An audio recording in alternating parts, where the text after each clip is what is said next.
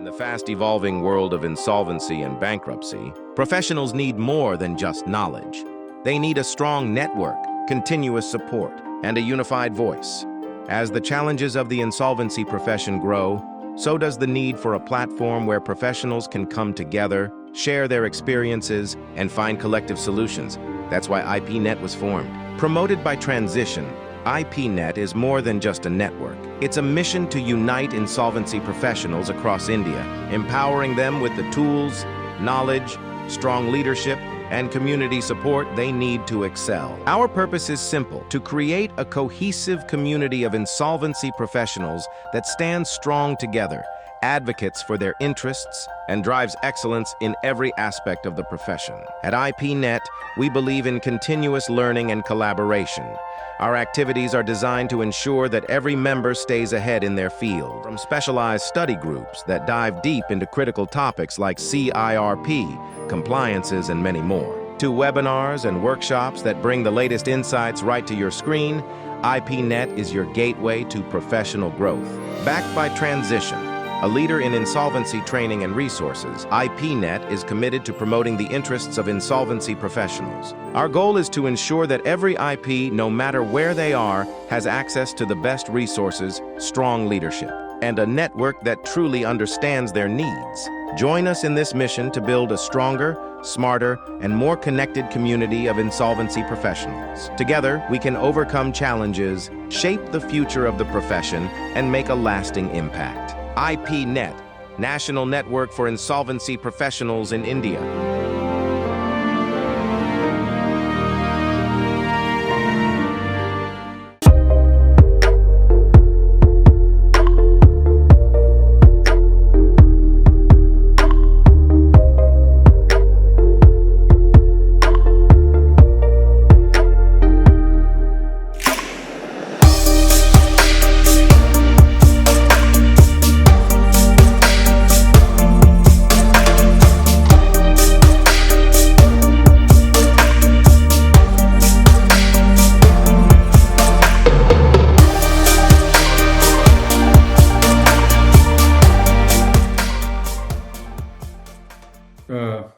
Good evening, everyone. So today we bring to you a webinar on judicious use of Section 65, 66, and also Section 49 of IBC and their related jurisprudence.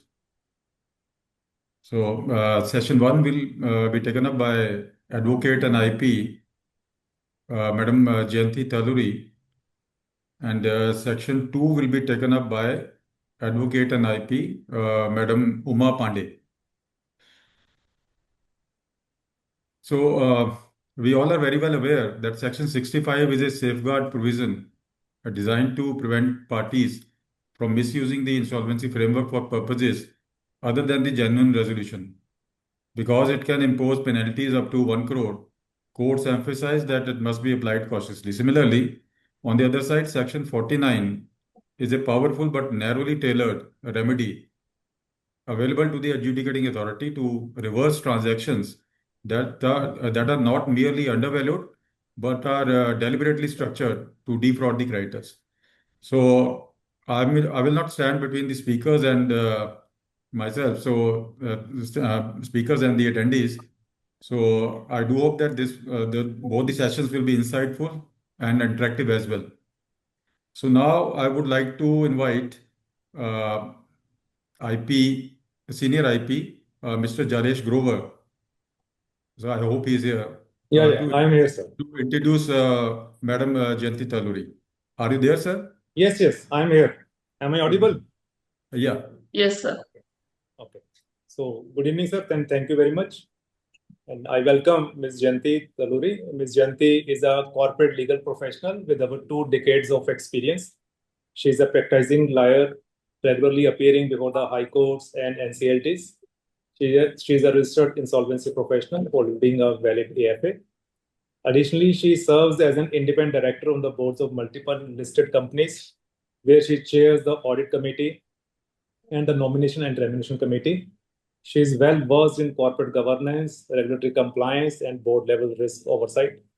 She also worked as a POSH consultant and advises corporates on contract management, high-end contract negotiations, litigations, risk management, and compliance matters. She is a certified Six Sigma Green Belt holder in contract management and IIAM certified international business negotiator. Very vast, experienced person. I welcome you, ma'am.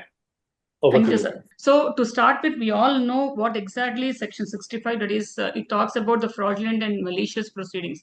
As such, we all know why IBC, what IBC is all about, and why IBC has been incorporated. Like, it is to protect the interest of the creditors, and also to fast resolution of the insolvency of the corporate debtor or the corporate person. So, however, Section 65, okay. So coming to 65, we all know it speaks about fraudulent or malicious initiation of proceedings by any person. I'm sorry. So what exactly Section 65 speaks about? So the Bail Act says that if any person initiates, it speaks about any person who initiates the insolvency resolution process or liquidation process fraudulently or with malicious intent for any purpose other than for the resolution of insolvency or liquidation, as the case may be, the adjudicating authority may impose upon such person a penalty which shall not be less than 1 lakh rupees or may extend up to 1 crore. So that speaks about 65(1). Coming to 65(2) is again about voluntary liquidation, again where the intent to defraud any person should be there. And number 3, which is latest amendment, that is 2021 amendment, which speaks about prepackaged insolvency resolution. The striking factor in these 3 is this particular section we see under Chapter 6, Part 2, which speaks about predominantly about adjudicating authority for corporate persons, and these are applicable only for insolvency resolution process, liquidation process, voluntary liquidation process, pre-packaged insolvency process, and specifically not applicable to fast-track corporate resolution and insolvency resolution bankruptcy for individuals.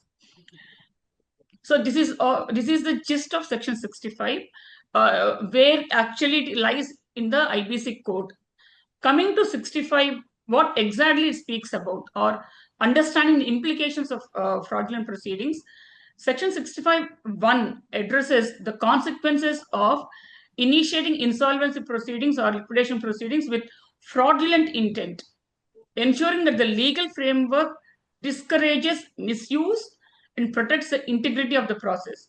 As we started with the premise that the entire IBC is to protect the creditors and to enable the insolvency process and the liquidation process to happen, the 65 is being used as a hydraulic brake. That's what we typically use in our legal language. It's a hydraulic brake for persons who would want to stall the proceedings, that too with a fraudulent intent or to defraud or to with a malicious intent. So coming to 65(1), coming to 65(2), outlines the provisions concerning the wrongful initiation of voluntary liquidation proceedings, addressing the liability of individuals who engage in such actions maliciously or fraudulently. So the keywords here is malicious or fraudulent, or fraudulent or malicious. So these are the things we need to remember. Now coming to legislative intent, what is the legislative intent behind this? Behind the legislative intent is to prevent the misuse of insolvency proceedings for fraudulent or malicious purpose, thereby ensuring fair process. So the entire intent of the legislation is very clear. It envisages a fair process, wherein these are actually the penal provisions. Section 65 is a penal provision. Now let's come to the conceptual framework of Section 65, or understanding fraudulent or malicious initiation. Section 65 addresses the critical distinction between fraudulent and malicious initiation of insolvency proceedings, emphasizing the need for integrity and transparency in the insolvency process. It's not just fair process, but integrity and transparency should also be maintained and to be observed meticulously, which are non-negotiable in the insolvency process. Now coming to ingredients, what are the ingredients of section 65(1)? It outlines specific elements that must be established to demonstrate fraudulent initiation of proceedings, focusing on intent and actions that undermine the insolvency process. And coming to section 65(2), it emphasizes need for clarity regarding the circumstances under which proceedings may be deemed fraudulent, ensuring that the initiation aligns with legal protocols and ethical standards. Now, there's a fine distinction between 65(1) and 65(2), which I come during the course of our discussion. Now, coming to the burden of proof, on whom the burden of proof lies. As per section 65, it determines the party responsible for establishing fraudulent or malicious intent behind the insolvency petition. So whoever files the section 65 petition, it is up to them. It is up to that person. On that person, the burden of proof is on that person to prove that there is the process has been initiated with a malicious intent or with a fraudulent intent. Now, the most important thing, the judicial evolution of, and most interesting thing, how the jurisprudence has evolved over a period of time, right from the inception till date. On the section 65, we'll look into it now. Over the years, the judicial interpretation of section 65 evolved significantly, addressing complexities in fraudulent and malicious initiation, shaping legal precedents that influence current insolvency practices. See, normally, what we, as I said previously, section 65 petition is like an hydraulic brake to the entire process. So, which can actually disturb, stall, and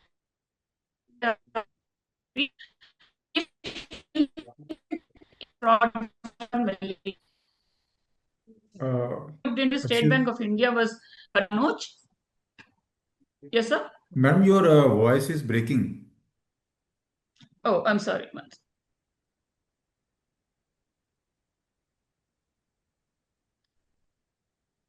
Madam, I think Sir, it will am be I good audible if you now? use, yeah, you are audible, and I think it will be good if you use the slideshows, and so you can move the slides further by using your arrow keys. So, like if you want to move the slide further, so you can use your arrow key to go further Okay, on the sir. next slide. That is what you can do. Please click on the slideshow. Yes, Yes, sir. and you can use your arrow keys to go further. Yes, sir. Okay. Okay. Yeah. The first case which I looked into, because I could get letter of cases, not just one or two, and this actually speaks about the evolving jurisprudence on section 65. And out of this, because of the shortage of time, I could actually put few cases here. The first and foremost case which I looked into is State Bank of India was Din and Manoj.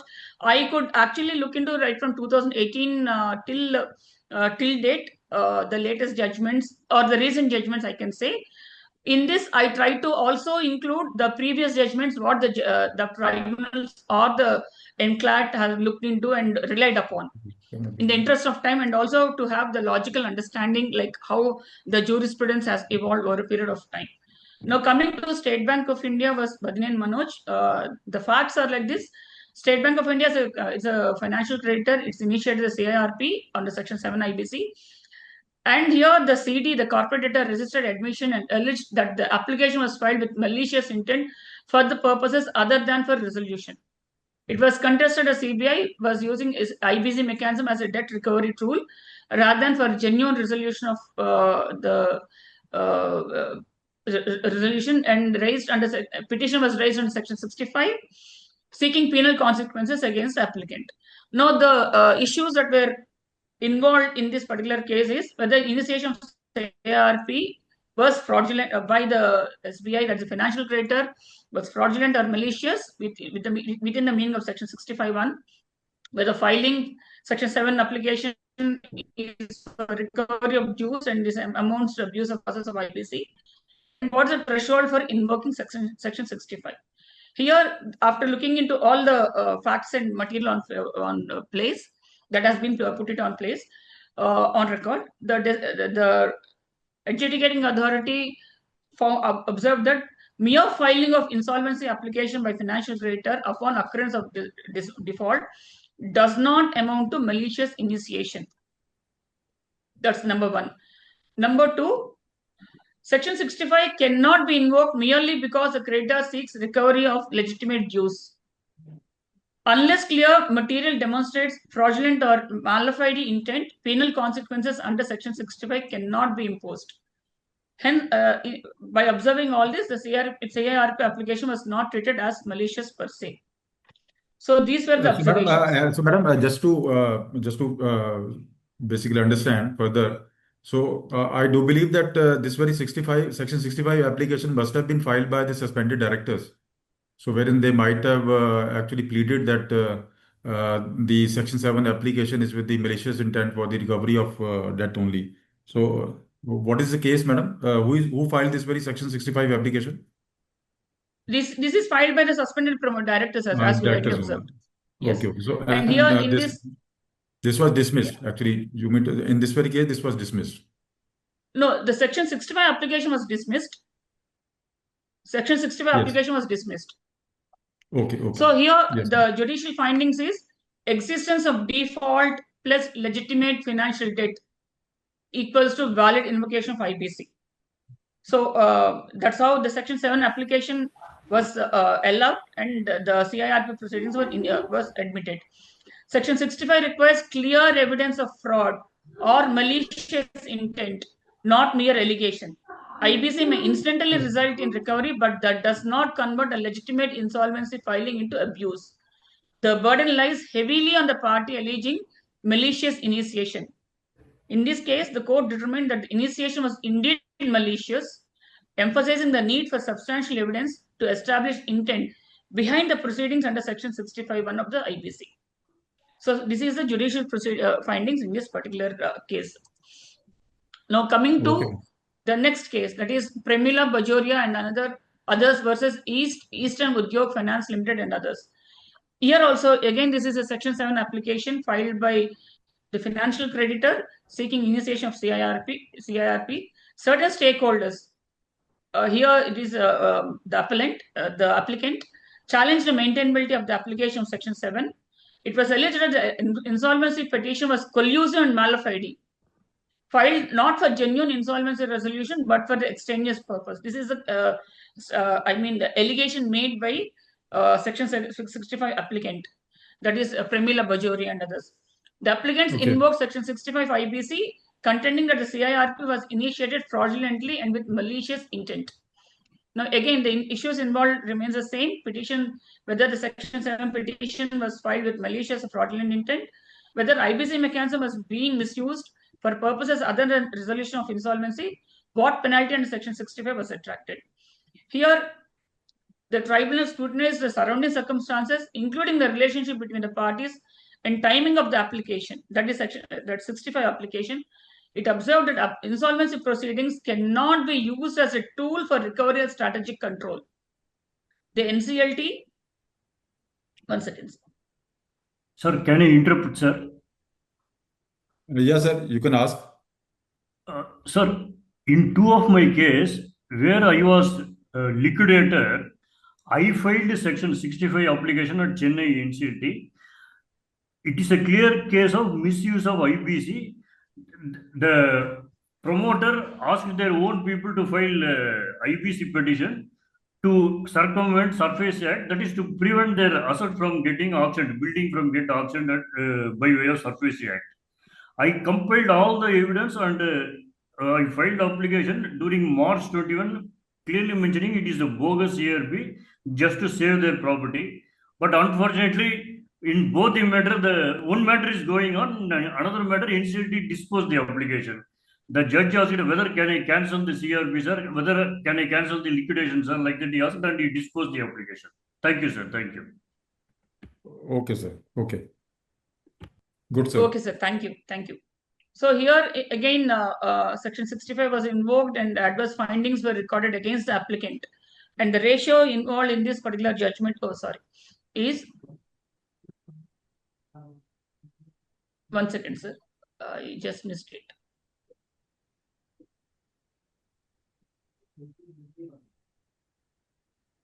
Insolvency proceedings must be for genuine resolution of insolvency.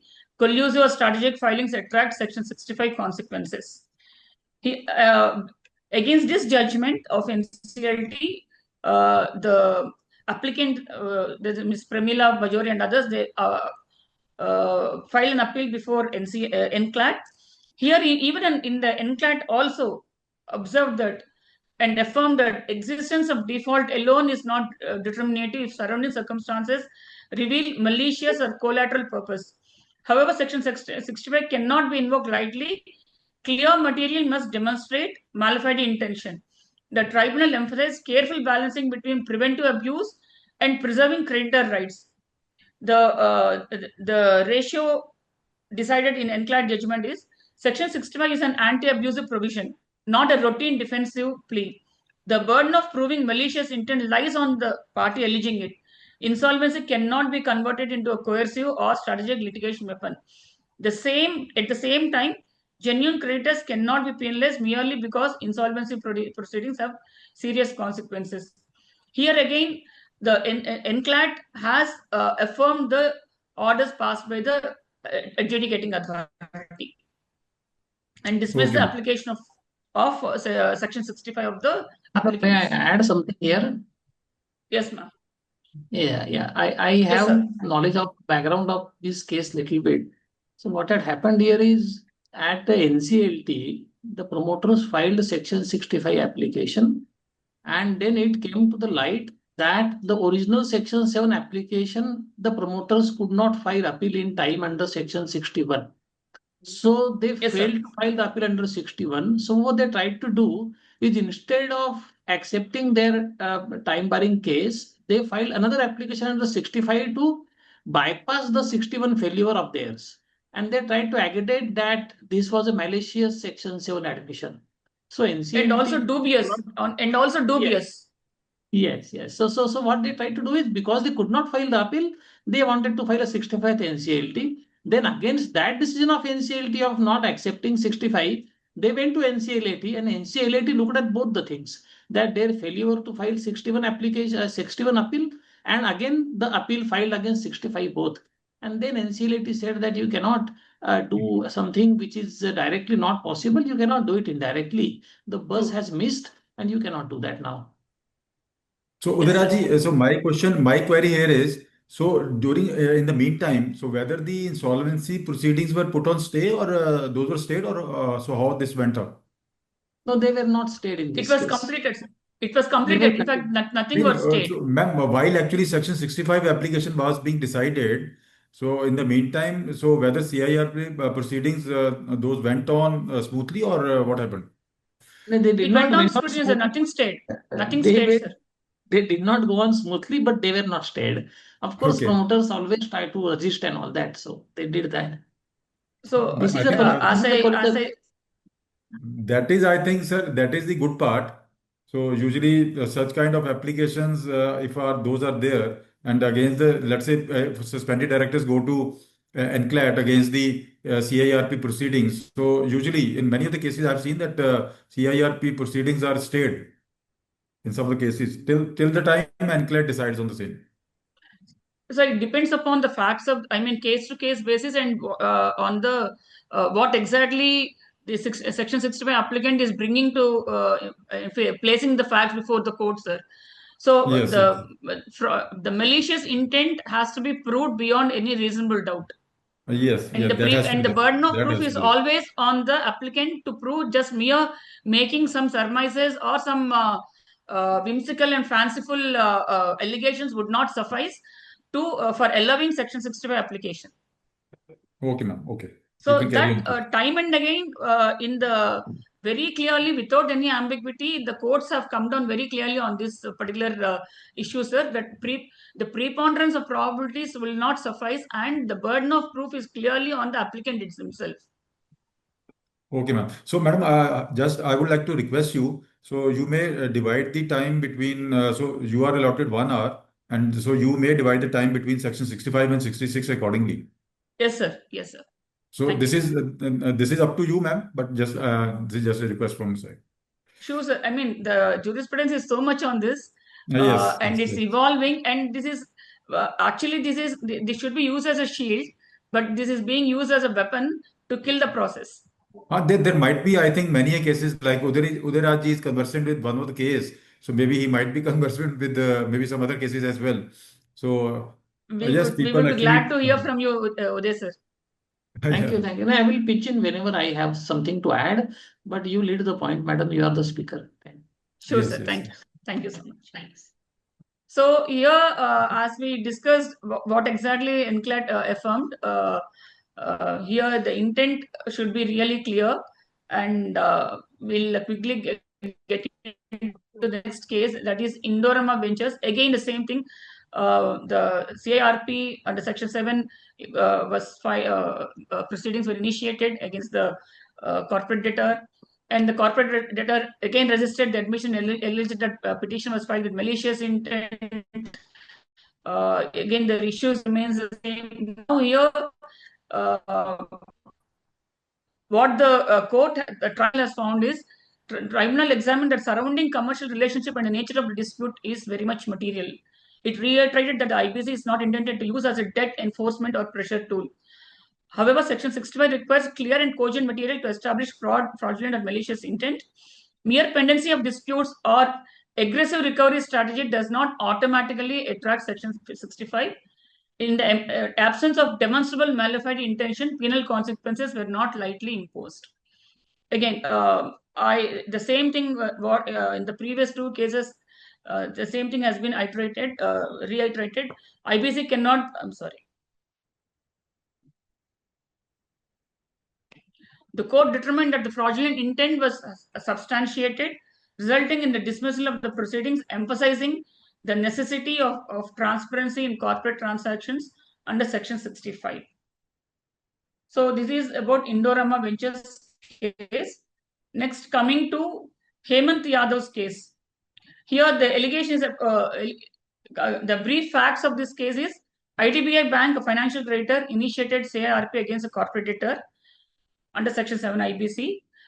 Hemant Yadav and others are the promoters or the suspended management opposed admission. It was alleged that the insolvency application was filed with malicious intent, invoking Section 65 of IBC. Appellants contended that proceedings were initiated for recovery purposes and not for genuine insolvency resolution. The matter required examination of whether the filing was an abuse of the insolvency process or not. Here, the court observed that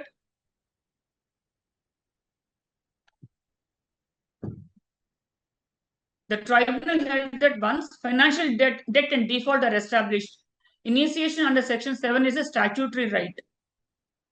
Section 7 cannot be invoked merely because the insolvency process may result in recovery. No material was placed on record to demonstrate fraudulent or malicious intent on part of IDBI. Hence, Section 65 application under Section 65 was rejected. In this case, the judicial findings are establishment of debt and default legitimizes invocation of IBC. Section 65 requires clear proof of collateral or malified purpose. Mere allegation of recovery motive is insufficient. The burden of proving malicious initiation lies always on the party alleging abuse. The judgment emphasizes the burden of proof resting on the creditor to establish fraudulent initiation, reinforcing the need for stringent evidence in such insolvency matters. Likewise, sir, I would like to skip a few cases, sir, because the ratio remains the same. So I would get into the next judgments, which actually and other slides quickly. As such, I will be sharing this presentation for leisure readout. No, that would be great.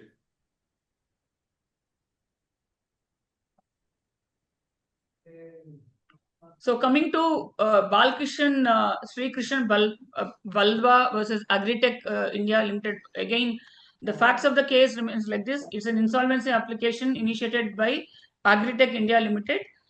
And Balkishan, who is the part of the management, suspended management, or promoters challenged the maintainability of the petition. It was alleged that proceedings were initiated with malicious intent, not for genuine insolvency resolution. Applicant invoked Section 65, contending that the petition was a strategic move in an underlying commercial dispute. The tribunal examined whether the filing amounted to abuse of IBC framework. Here, in this case, the tribunal observed that, once again reiterated, IBC cannot be used as substitute for civil recovery or tactical leverage. However, Section 65 requires a clear and demonstrable evidence of mala fide intent. Mere existence of commercial disputes or business malicious initiation. In the absence of specific material showing fraudulent purpose, Section 65 penalty was not attracted. So, findings. This case examines the implication of fraudulent initiation of bankruptcy proceedings, specifically addressing the action. Sir, am I audible? Yes, ma'am, you are audible. Yeah. Addressing the actions taken by parties to manipulate corporate insolvency for undue advantage, the court established that malicious intent can invalidate insolvency claims, emphasizing the necessity for transparency and good faith in corporate dealings to uphold the integrity of the bankruptcy process. In fact, in this particular case, Section 65 application was upheld and the CIRP proceedings were stalled. So, madam, why this was upheld in this very case? Because the malicious intent has been proved, sir, and it is only for recovery proceedings and not for genuine insolvency. The case has been filed. There was some goof up happened between the corporate debtor and the promoter, and the promoter himself has filed the initiated. So, madam, this was a Section 10 application or what? This is Section 9 application, sir. Section 9 application. Okay. Yes. Okay. With operational credit. Oh. So coming to Roseland Buildtech Private Limited versus Vihan 45 Realty Private Limited, the applicant here filed the. Hello, ma'am. Jayanti, ma'am. Yes, ma'am. Shall I ask a question here? Yes, please. Related to Section 10 applications. I have seen a trend over the last approximately 1.5 or maybe 2 years that generally the bench is not considering Section 10 application to be a genuine one. Even if it is genuine, technically speaking, I have a view that if a company itself is coming and saying that I cannot pay this due, then it should be admitted on day one. But why it is always seen as a mala fide application? And your views on this? See, it all depends from case to case and what they are bringing to the, what facts they are bringing to the knowledge of the court and what they are submitting to the court. It's not that every time Section 10 application is a dubious application. In Section 10 petitions, Section 65 applications are always a dubious application. Not really. Again, it all depends upon case to case basis. So if you have any cases, ma'am, or if you have come across any case where in a Section 10 petition, Section 65 application has been dismissed or not entertained, kindly let me know. We'll also look into that. No, ma'am, not regarding Section 65. My question was related to general Section 10 applications. Even they take so many months to get admitted, and sometimes they are not admitted. And on the face of it, when you see the proceedings, when you just observe them, you understand that there is some. I'm sorry for the background noise. I am on the way somewhere. So you generally, when you observe those proceedings. Ma'am, you are not audible. I have observed. Hanji. Not audible. Your voice is breaking actually. So I just want to intervene here. So even I have got even I have got one case which is a Section 10 application. So recently, only about 4-5 months back. So I've got one case from HDFC Bank, and this was a Section 10 application. And this was admitted very fast in a span of just about four months of filing this very application by the suspended directors. So they went for this very Section 10 petition due to the very fact, because actually they were into construction business, and one of their big contract failed. So which actually led to rippling effects on the other contracts as well. So they were actually entertaining tenders, or they were actually doing construction against the government tenders, and one major contract failed, and so there was a huge rippling effect. The company genuinely went into doldrums. So this was a case wherein court also took a very fast decision, and this was admitted into insolvency. Great, sir. So this is one fact. I mean, again, as I keep saying that it all depends from fact to fact and case to case basis. So, can we go ahead, sir? In the interest Yes, of yes, time. please. Yeah. So I really this particular case was really interested me. Here, the tribunal actually looked into like whether mere existence of a debt and a default automatically legitimizes its initiation. This one issue it really interested me, and that's how I've picked up this particular case. And the court also looked into like what evidentiary threshold the applicant of Section 65 has to really satisfy to attract penalty under Section 65. So in this case, the Roseland Buildtech Private Limited initiated insolvency proceedings under Section 9 against Vihan 43 Realty Private Limited, and the corporate debtor opposed admission, alleging that the application was filed with malicious intent. It was contended that the insolvency petition was not genuine resolution, was not for a genuine resolution, but to gain leverage in a commercial dispute. Allegations were raised that the proceedings were strategically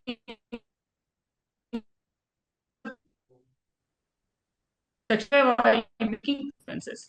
Here, the tribunal observed that or examined that whether there was any genuine debt and default. It reiterated that insolvency proceedings must be for the resolution of insolvency and not as a coercive tactic by the creditors. However, Section 65 requires clear and specific material demonstrating malicious intent. Mere allegation of pressure tactics or parallel disputes does not suffice. In absence of cogent proof of mala fide intent, Section 65 penalty was not imposed.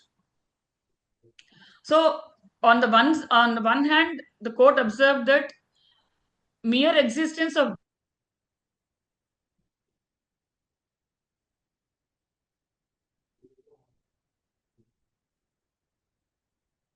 Ma'am, you are mute. no, Ma'am, I you are lost the mute. connection. Am I audible, sir? Yes, yes, very much audible. So, madam, again, I would like to request you that your Section 66 thing is this is pending, and Yes, sir. I'm it is just finding already, I'm just concluding in next one slide. yeah, it is already 42 minutes past 4. Yes, sir. So here, in this case, the tribunal's observation was 65 is a deterrent provision, but and must be applied cautiously. Allegations of malicious intent must be supported by substantive evidence. Courts distinguish between genuine insolvency invocation and strategic litigation pressure. The burden lies heavily on the party alleging abuse. The tribunal once again emphasized the need for strong evidence to support claims of malicious initiation, ultimately ruling in favor of the respondent, reinforcing judicial principles of Section 65. So, now analyzing the trends in judicial interpretations, sir, these are the emerging judicial pattern. Judicial Yes, trend is high threshold for malicious intent. Existence of default is foundational. Collusion and tactical filings scrutinized. Burden of proof of an alleging party. IBC is resolution centric, not recovery centric. So this is how the judicial pattern is being emerging in the last few years, and is very, very volatile also. And I conclude section 65 with this last slide. This section succinctly summarizes the key insights. Ma'am, can I ask one question? Yes, sir. Yes, please. Yeah. One question over here. I am CA Rakesh Tulasian, insolvency professional. Basically, my question is: suppose operational creditor section 9 application has been filed, and the court has ordered the CIRP also with the cost of running the CIRP to the paid by the OC. But OC later on have not filed the claim, and the entire CRP run and the plan came from the creditors only, or the other party. So in that case, basically, so can we say that this is a malicious intent or collusive intention initiation of the CRP? Sorry, sir. I did not get your See, query. my point is, when the OC have filed the application and later Yes. on not filed the claim also before the IRP, and the entire CRP gone, and then CRP order was passed, and then resolution plan was passed, and everything is there. Can we say that this is a collusive intent of the CD and the OC? Sir, the actual facts are incomplete to come to a logical and logical conclusion whether this is a collusive or not. No, we need to really ascertain like why he did not raise any claim or place any claim. Correct. That's the main thing. So at that time, it will be get clear whether this is the same or not. Correct. Yes, sir. Thank It you. can be for Thank you. reasons it's beyond. The reasons have to be evaluated through the legal data. parlance. Yeah. Thank you. Yeah, thank you, sir. So, concluding this section 65, it preserves the integrity of the insolvency framework by deterring strategic and malicious filings. And the judiciary has imposed a high evidentiary threshold before branding initiation as fraudulent and mala fide. Existence of debt and default remains the touchstone of legitimate invocation. Tactical misuse is scrutinized, but genuine creditors are protected. The message is clear. IBC is a resolution mechanism and not a litigation weapon. So that's all on section 60. Yeah. So section 66 again is a beautiful section that is about fraudulent and wrongful trading. We all know that. And if we read this section, it is if during the corporate insolvency resolution or the liquidation process, if it is found that any business,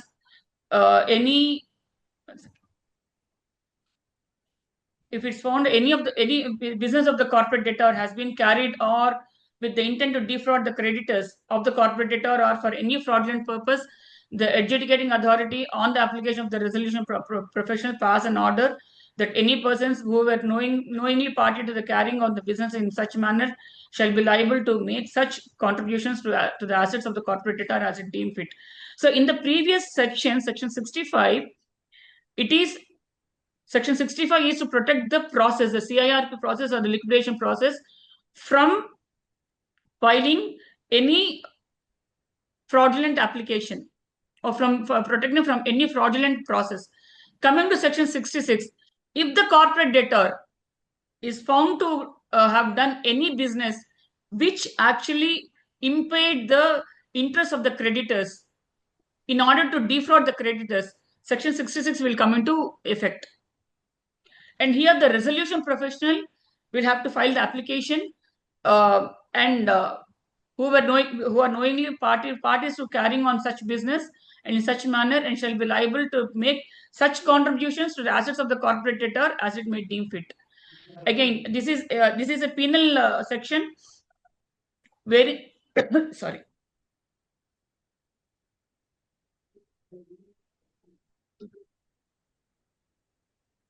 So, madam, can you use the slideshows? Yes, sir. Yes, sir. I do that. Yes, sir.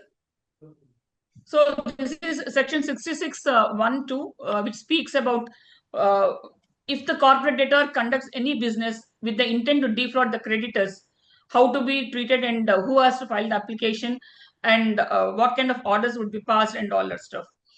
So here, in case if the corporate debtor conducts conducts any business with the intent to defraud the creditors, as I said, on the application of the resolution professional, orders would be passed by the adjudicating authority and making the person liable to make such contributions to the assets of the corporate debtor as deemed fit. Coming to the statutory framework, understanding section 66 provisions, number 1 is a fraudulent trading, that is 66(1), and number 2 is wrongful trading under section 66(2). 66(1) addresses fraudulent trading, imposing liability on individuals engaging in activities intending to defraud creditors while conducting business operations, ensuring accountability for undue advantage. So, if there is any undue advantage at the cost of causing loss to the creditors and defrauding the creditors, section 66(1) will come into picture, will be applied. And if it pertains to wrongful trading, where directors are held liable for continuing business operations despite knowledge of impending insolvency, prioritizing creditor protection and responsible management. This is wrongful trading under section 66(2). Here, now coming to conceptual distinction, scope of section 66(1) is it addresses fraudulent trading by any person, while 66(2) is limited to directors or partners knowingly involved in wrongful trading. Liability under 1 is it arises from intent to defraud. Therefore, mens rea is a very, very important element. 2 focuses on negligence and failure to act in the interest of the creditors. Again, here the burden of proof is, and it requires a fraudulent intent and mens rea. 2 necessitates demonstrating a lack of due diligence to minimize losses to creditors. We have a good number of cases, starting with Swapan Kumar Saha versus Ashok Kumar Agarwal. Here, the brief issue is whether section 66(1) can be invoked independently of section 66(2), or whether both provisions must operate jointly. Now, the gist of the judgment is very clear. They are self-contained independent provisions.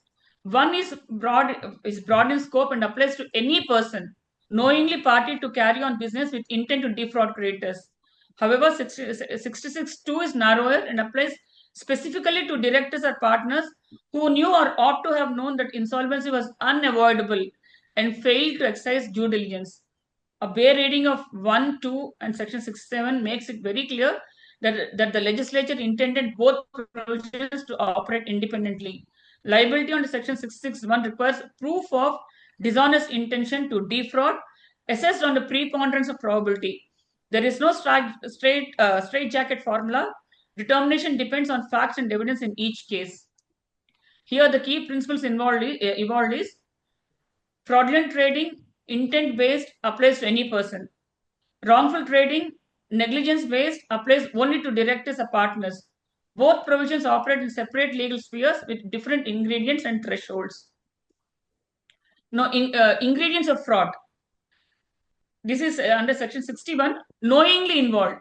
A party must be knowingly involved in the business operations that contribute to fraudulent trading, ensuring clear understanding of their actions and the potential consequences. Intent to defraud. There must be demonstrated intent to defraud creditors, highlighting actions taken with the purpose of evading responsibilities or obligations to creditors during the insolvency process. And contribution to assets. The party's action must show a contribution to the assets of the company, indicating that their involvement directly impacts the financial standing and integrity of the business.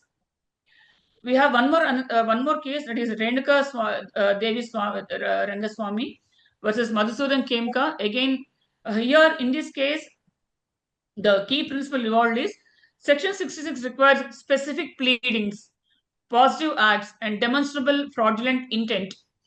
Vague allegations or general suspicions are insufficient. And in this case, it was alleged that the persons concerned were knowingly parties to fraudulent conduct, and the NCLT order was challenged before the NCLAT.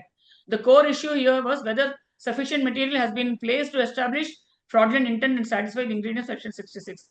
As I mentioned, the key principle involved is Specific pleading should be there. General super suspicion is not sufficient.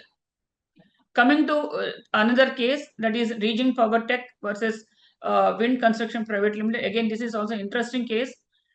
It was alleged that the conduct of the business has caused prejudice to the creditors. The applicant contended that certain transactions and financial conduct amounted to fraudulent trading under Section 66. The central question was whether the material on record established fraudulent intent or merely reflected financial distress and commercial mismanagement. Here, the gist of the judgment and the key principle involved is fraudulent trading under Section 66 demands strong, compelling evidence of dishonest intention. Commercial misjudgment or isolated irregularities are insufficient. For Section 66(2), the key elements are director responsibility. Directors or partners are specifically liable under Section 66(2) when they fail to prevent wrongful trading, emphasizing their duty to act is in the best interest of the creditors. Knowledge requirement. A crucial element is a director's knowledge of inevitable insolvency, which triggers their obligation to minimize losses for creditors, requiring diligence and foresight in decision making.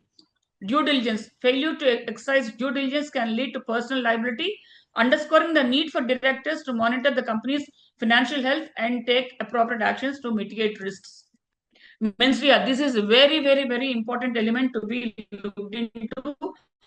In Section 66 or 66(1) or 2 is filed. Understanding the intent and liability. Positive steps. Recent rulings emphasize that a defendant's proactive measures to avoid fraudulent trading are scrutinized, highlighting the necessity of demonstrating intent to defraud during insolvency proceedings. Degree of proof is very high standard, requiring a clear evidence of fraudulent intent, which must be inferred from the circumstances surrounding the case to validate claims under Section 66. In broad scope, 66(1) but applicable to any person, it extends to any person knowingly involved in fraudulent trading, emphasizing the broad applicability and accountability beyond its just directors or partners. Third party liability. So, ma'am, can I just interrupt here? So just one small query. So like in Yes, sir. one of my case, see so what I actually see there. So there are various associate concerns so which have come up lately only, just about a year back or maybe 2 years back or 6 months back. And those very companies have been constituted or partnership firms have been constituted just to divert the funds from the company. And there are various persons which might be and there are actually common people who are actually managing those very companies as directors or maybe the partnership concerns. So partners are there. And I could see that the similar persons are there in various such establishments. So now thing is that we are trying to find out whether a shareholding of the suspended directors or their family is there or not. So my query here is how far? So like I'm in the process of filing a Section 66 application. This will be a Section 66 subpart 1 application. So how far can we rope in all the persons? Like you said that any person can be roped in as a respondent to this very application. So how far can we go? Is there any jurisprudence against this very fact?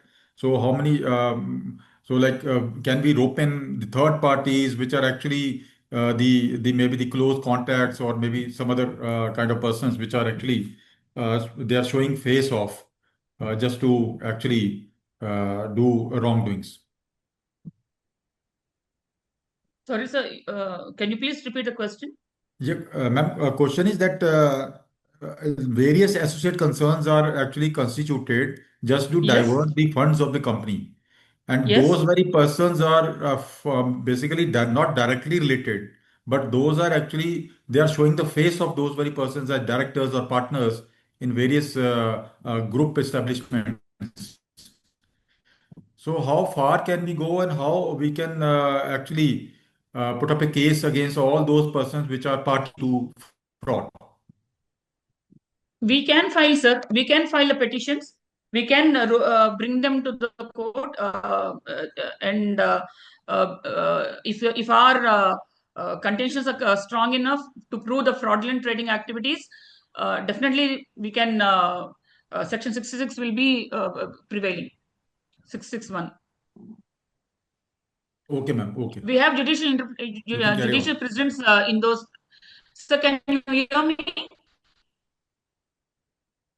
Hello, sir. Am I audible? Yes, ma'am.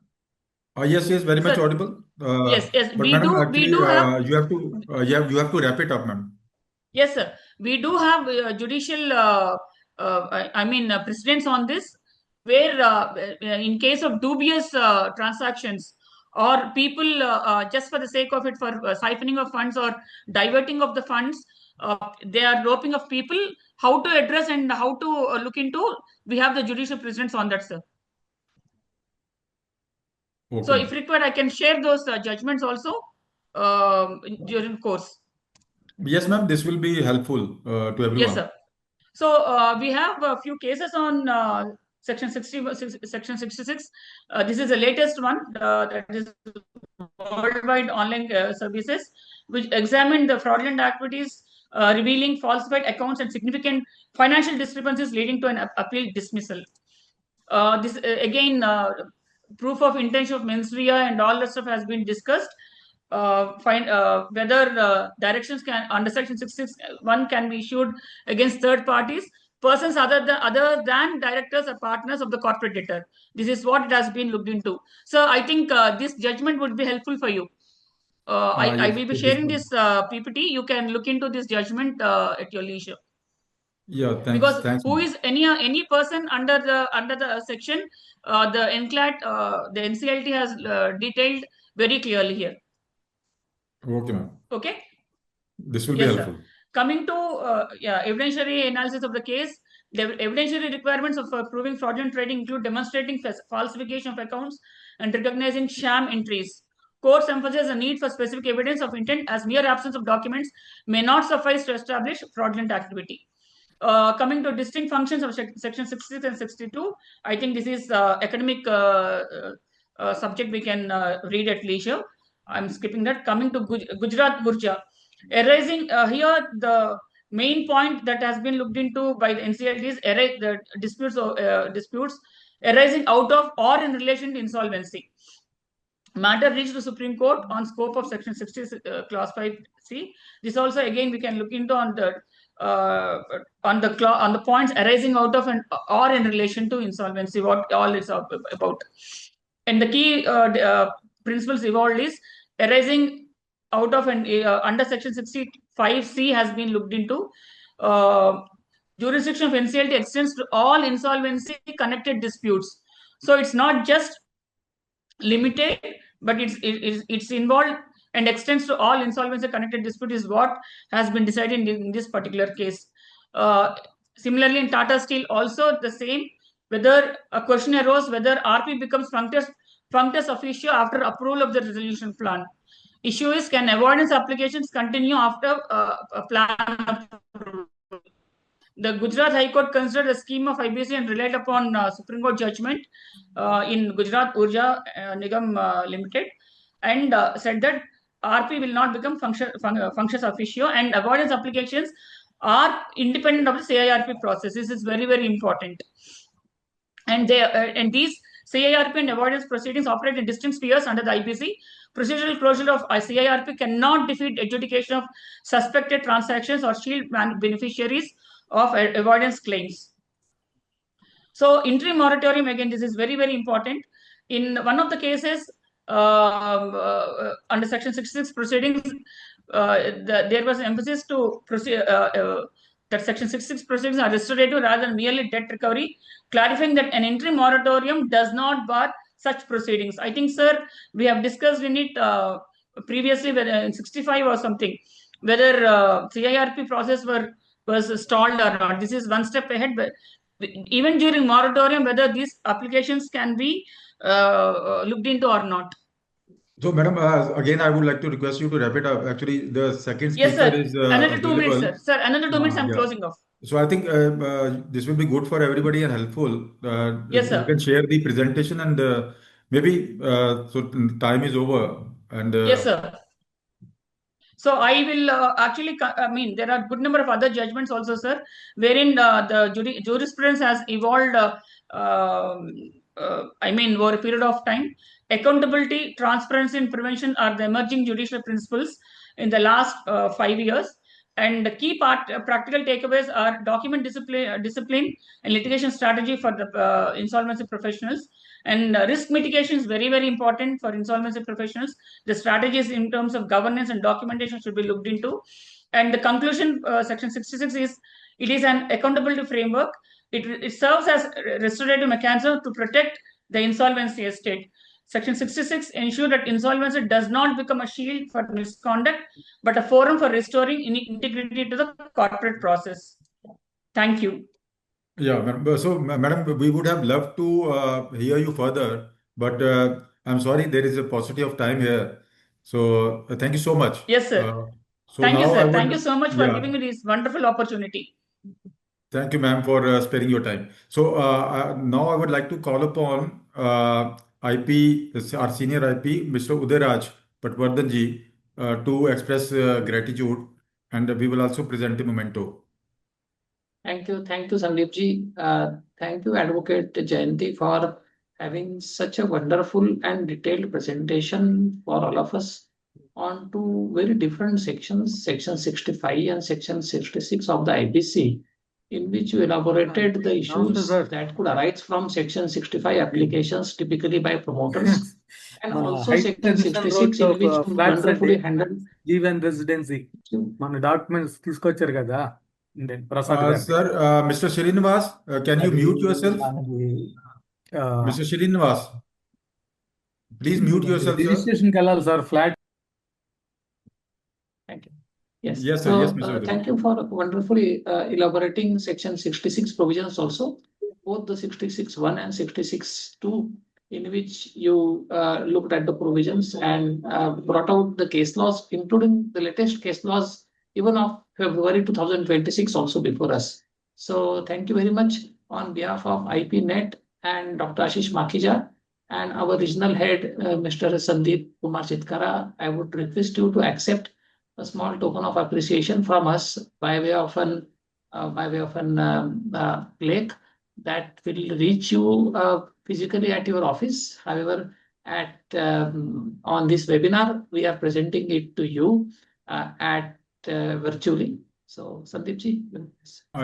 Yes. So, is it visible? So this is certificate of appreciation to you, Madam Jayanti Taluri, and thank you.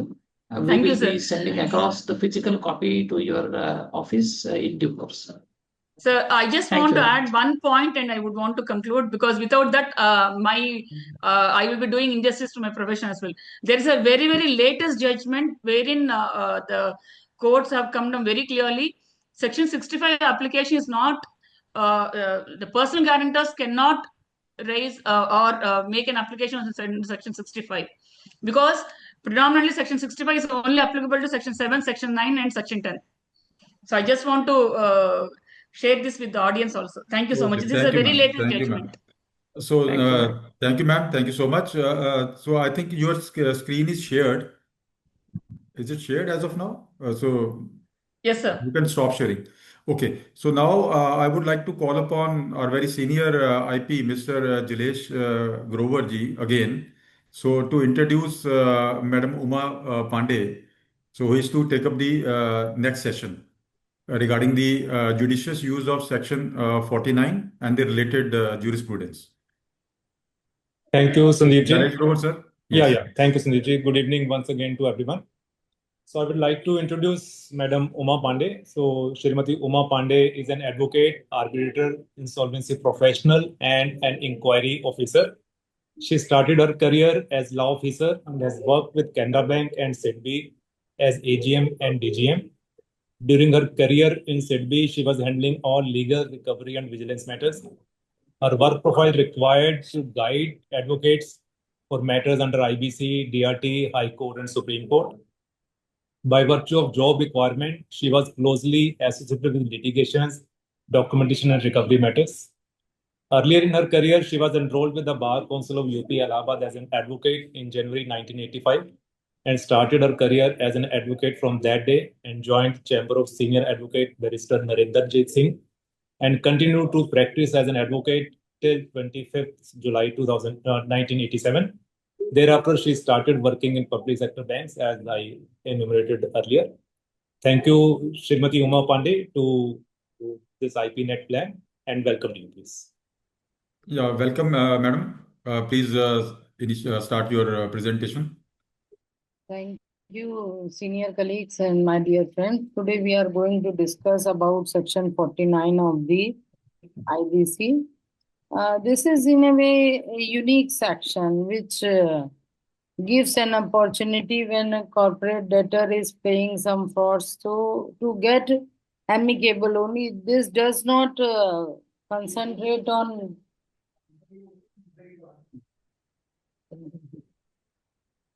Okay, ma'am.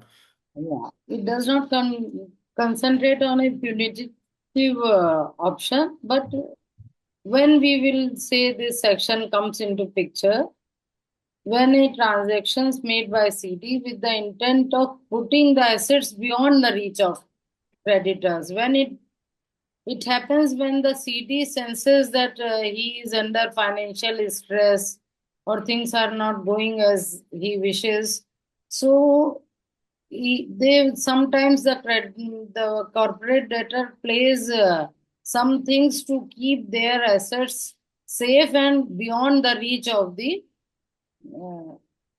creditors. And when this comes into notice during the CIRP or liquidation process, an IRP or liquidator shall file an application in this regard that this is the case before the NCLT. Suppose sometimes what happens that either it is, missed by the RP or the liquidator and only a financial creditor notices it, then the first remedy for him is to contact to the RP or the liquidator as the case may be. If no avail, then he may contact to the court about this and file an application for direction to the concerned RP or the liquidator. What does then after deciding that yes, this was a transaction under section 49, an undervalued transaction with a deliberate intention to defraud the creditors, then what are the options? First of all, we'll see what the adjudicating authority can do. An adjudicating authority, after finding out when a report reaches that yes, this is the case, then they can reverse undervalued and deliberate transactions which were designed to defraud creditors, siphon of funds, or impair creditors' interests. Here, unlike other sections of PUFE, it is section 49 focuses only on two things: a deliberate intent, often applying to the transactions where intent is key, and undervalued transaction. Both the things prima facie has to be proved by the RP, then burden shifts to the corporate debtor to prove or not prove is key. So first thing is intent to defraud. A will, take the action if it is proved. So, ma'am, sorry to interrupt you. So, I think this will be convenient for you to start the slideshow. So, I think Whether it is not visible there? It is visible, ma'am. But I think you can just start the slideshow, and afterwards you can use your arrow keys to move backward and forward. So that is very convenient. So so are you conversant of it, ma'am? Or if you are comfortable like this only, you can continue. Yeah.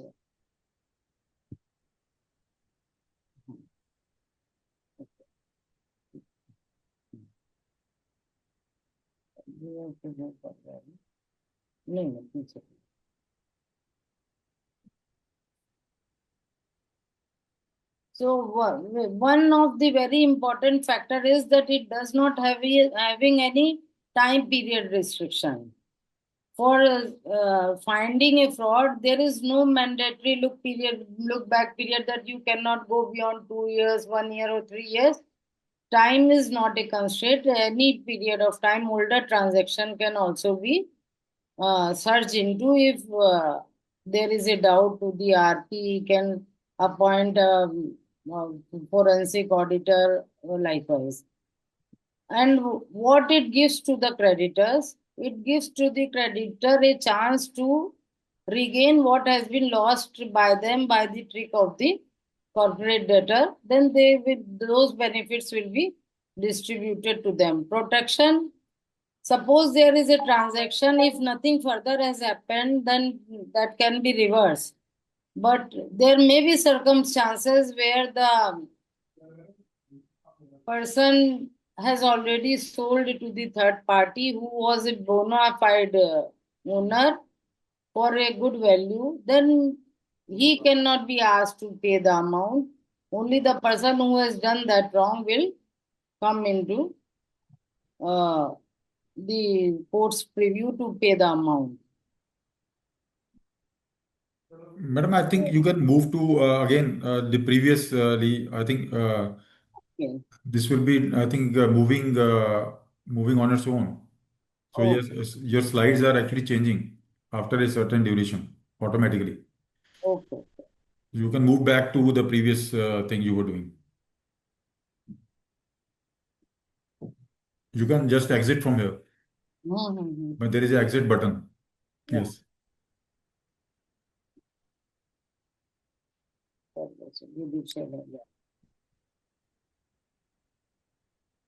So why this section has been inserted?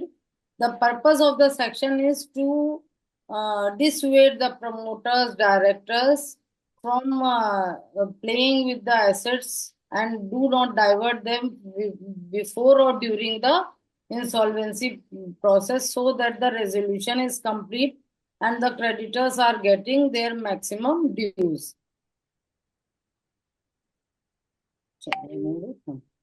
And it is, courts are always looking into the protect the interest of the creditors and other stakeholders. The prima facie, as I have said earlier, the prima facie, the person challenging the transaction has to prove. Thereafter, the onus is shifted to the promoters. There is a recent judgment of the NCLT Guwahati, wherein the corporate debtor has transferred the shares to the third party with defraud intention. The RP, Mrs. Sapna Singhal, has challenged that, and ultimately the court has ordered the reversal of shareholding to the corporate debtor, so as the creditors can get there. These are the recent judgments. This is the very new Orient Solution and Turnaround Private Limited. There was two transactions which were questioned. One was a transfer of the property, and there was a transfer of shares. Just corporate debtors had a mindset of evading the creditors' interest. So they did, but that was the undervalued. So court ordered reversal of shares. The matter has been right now pending at NCLT. So no final conclusive thing has come. I've searched in the Google, it is pending still. Then another important... So, Madam, I would like to just raise a query here. Yeah. So as you said that as regards section 49, two things are should be there. So like undervalued transaction should be there, and second thing is the malicious intent. Yeah. Okay, so how come actually courts look into this aspect? How should we actually go about it and prove that there is a malicious intent behind the transaction? In that situation arises, the RP will arrange for a forensic audit to see the transaction and look into the, like, when I purchase something, I purchase a property, I have purchased for 10 lakhs. I am trying to dispose it off, transfer to 5 lakhs to somebody of, my known person for my benefit. So that is that the books will show that. And if the transaction is undervalued, with the intention to that whom he is transferring, whether he is transferring to any unknown innocent person, that will not be a defrauding intention. Maybe he might have felt this is the stress, companies under stress, and they are disposing their assets under stress. That could be a situation. But when there is somebody known to from their own net, from CD's own net, somebody is there, so that means that, or they have taken some benefit. So that will prove that they not only they have given an undervalued transaction, they also had an intention to defraud their creditors. Because when normally this situation will come, then when the company is going under stress, we are seeing that CRP is in just my vision. Very likely it will come very soon. Then only this, then the RP, the here role of the RP or the liquidator is very important. That they have to see the each and every transaction where the funds or the property of the CD has gone. That has to be looked into. And if they are prima facie satisfied, then they should arrange to investigate the matter. If it is confirmed that transaction was actually undervalued, it was with defraud intention after investigation, then the RP must file an application. Without So, madam, can we say that all the transactions, all the undervalued transactions, which are done with the related parties of the suspended directors, so those can fall under Section 49? almost, because undervalued plus, because when company is under stress, then the normal general reference will be that they are trying to protect their assets into that they should not go to the hands of the creditor. So maybe out of 10 transactions, there are 7 or 8 with defraud intention, undervalued. But otherwise, suppose company is running good and there is an asset which is of worth 10 lakhs, 20 lakhs, but there are in our life also it happens that my some asset is 1 crore, but there is some pressing need, we sell that. Suppose there are dues of the company is going into NPA. So better not going into NPA, they may try to sell. And in my banking experience, I will not. Madam, your screen has frozen. So, Udayraji, so I just want to ask you one thing. So, like I raised one question. So, whether all the undervalued transactions done with the related parties of the suspended directors can fall under Section 49?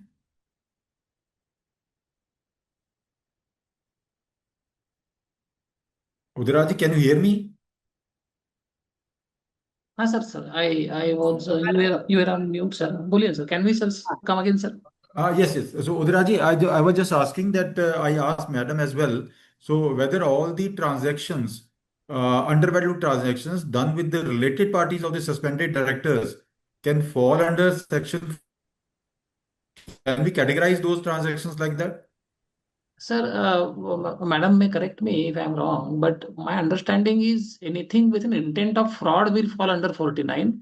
So long as there is no intent of fraud, then 49 will not kick in.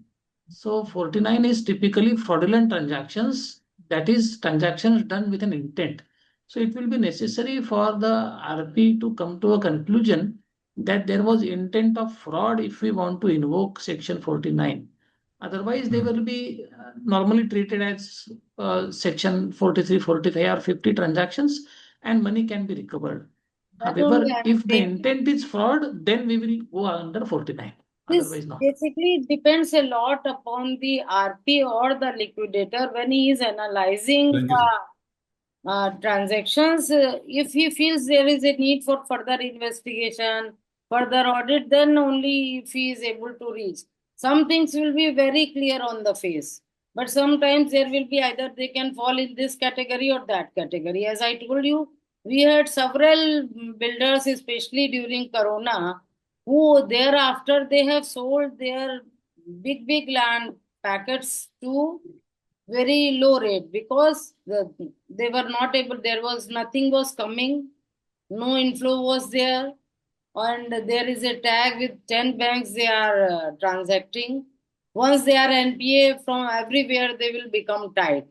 So sometimes they have sold their land pockets at loss also. So it depends, but related party is in natural suspicion.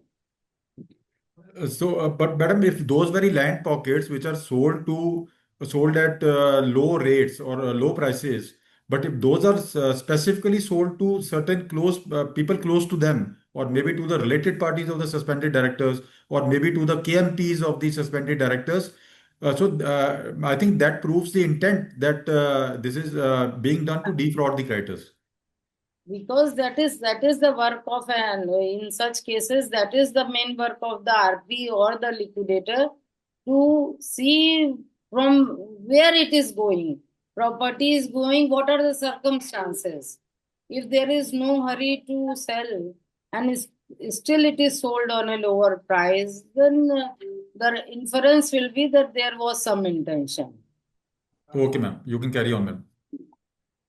Thank you. Thank you, Udaraji. Thank you, sir. Then there is Anuj Jain case where directly Section 49 has not been dealt much, but we have two learnings from this case. One is, this is a case where a subsidiary has given guarantee mortgages for the holding company. So the court has held that this is when the mortgages was created, the holding company was already under stress and it was facing financial crunch. And by mortgaging their lands like this, JP Infra has actually defrauded their customers, because their land was for 800 and something crore rupees land were, mortgaged for a very lesser amount. JP was also our borrower also. They had almost all the major bank had financed them, and after some time their things were not so okay. So it was held by the court that the creating a mortgage for holding company, the bankers will get the status of the creditor, but not actually the financial creditor in terms of IBC.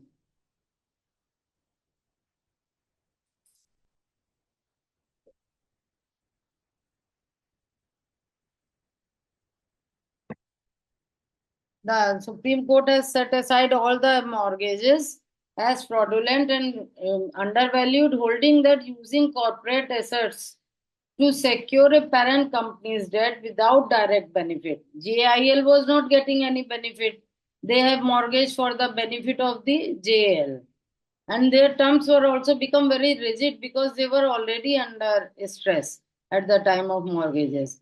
Without direct benefit is a fraudulent, non-ordinary course transaction. So here we get a learning, as and when any case comes under Section 49, if this is the case, holding and subsidiary, then we get support from the judgment of the apex court. The second thing is that this was not only that this was a undervalued, they said this is a fraud to the buyers or the clients of the subsidiary company, because their assets were kept at stake. This actually all property was for JP Infra's clients who have paid money for their house, their commercial spaces, but that was without any thinking about that. That was mortgage for the benefit of the JL. So if it is, it will be a third party mortgage, and if it is a third party mortgage, it may be a mortgage debt. It will fall under, the court held that it will fall under debt. However, it will remain debt alone and will not partake the character of a financial debt within the meaning of the Section 5(8) of the code. So they will not be allowed to the mortgagers who have financed to JL, they will not be allowed to join the CRP of JIL for recovery of their money. the issues. Hello? Audience can see. Yes, ma'am. Yes, ma'am. Yeah. Then there is a Piramal Capital and Housing. Actually, it is Divan financing case. There also the main key was that transactions defrauding creditors, specifically identifying undervalue, that it was made to, as we said, the undervalue transaction. The natural inference is that it is done for some benefit of the corporate debtor, personal benefit of the promoters or the directors. It is done for with that intention. Here also the court has emphasized, like buffet, all the sections are stressing only on this thing, preferential, fraud, this, that. Then they have said that 66, as madam was telling, 66 and 4350 are different, and their objective is also different. The objective of 43 to 50 is mainly to recover that money, which is gone in the undervalued transaction, fraudulent transaction, to recover and distribute it to the creditors. Whereas 66 targets to the punitive nature, that it is a criminal offense. Where in 49, it does not talk about any punishment and any penalty. It is concentrating on recovery of the money lost in these kind of the transactions. Okay, ma'am. And some of the directors in this Divan Housing's ex-directors, which has become now Piramal by them taking over, they said they will also be allowed to join COC or have an access to the documents of the RP. The court allowed the access to the public documents of the RP, but did not allow their COC participation. And this judgment gives a final verdict about the commercial wisdom of the COC also. Of course, the courts, you and me, advocates, won't be able to commercially judge any resolution proposal. The court said the commercial wisdom of COC is supreme and it should not be seen into by the courts. Recovery from avoidance must benefit.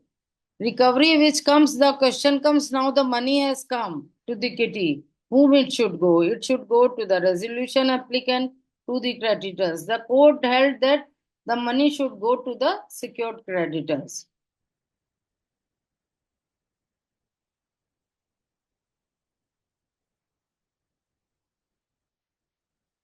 Now this I have run over the slides. If there are any questions, otherwise then we'll discuss. Any issues, any queries? I would like to ask certain things. So I have seen that first thing is that it is very difficult to get the orders in case of, let's say, Section 66 application.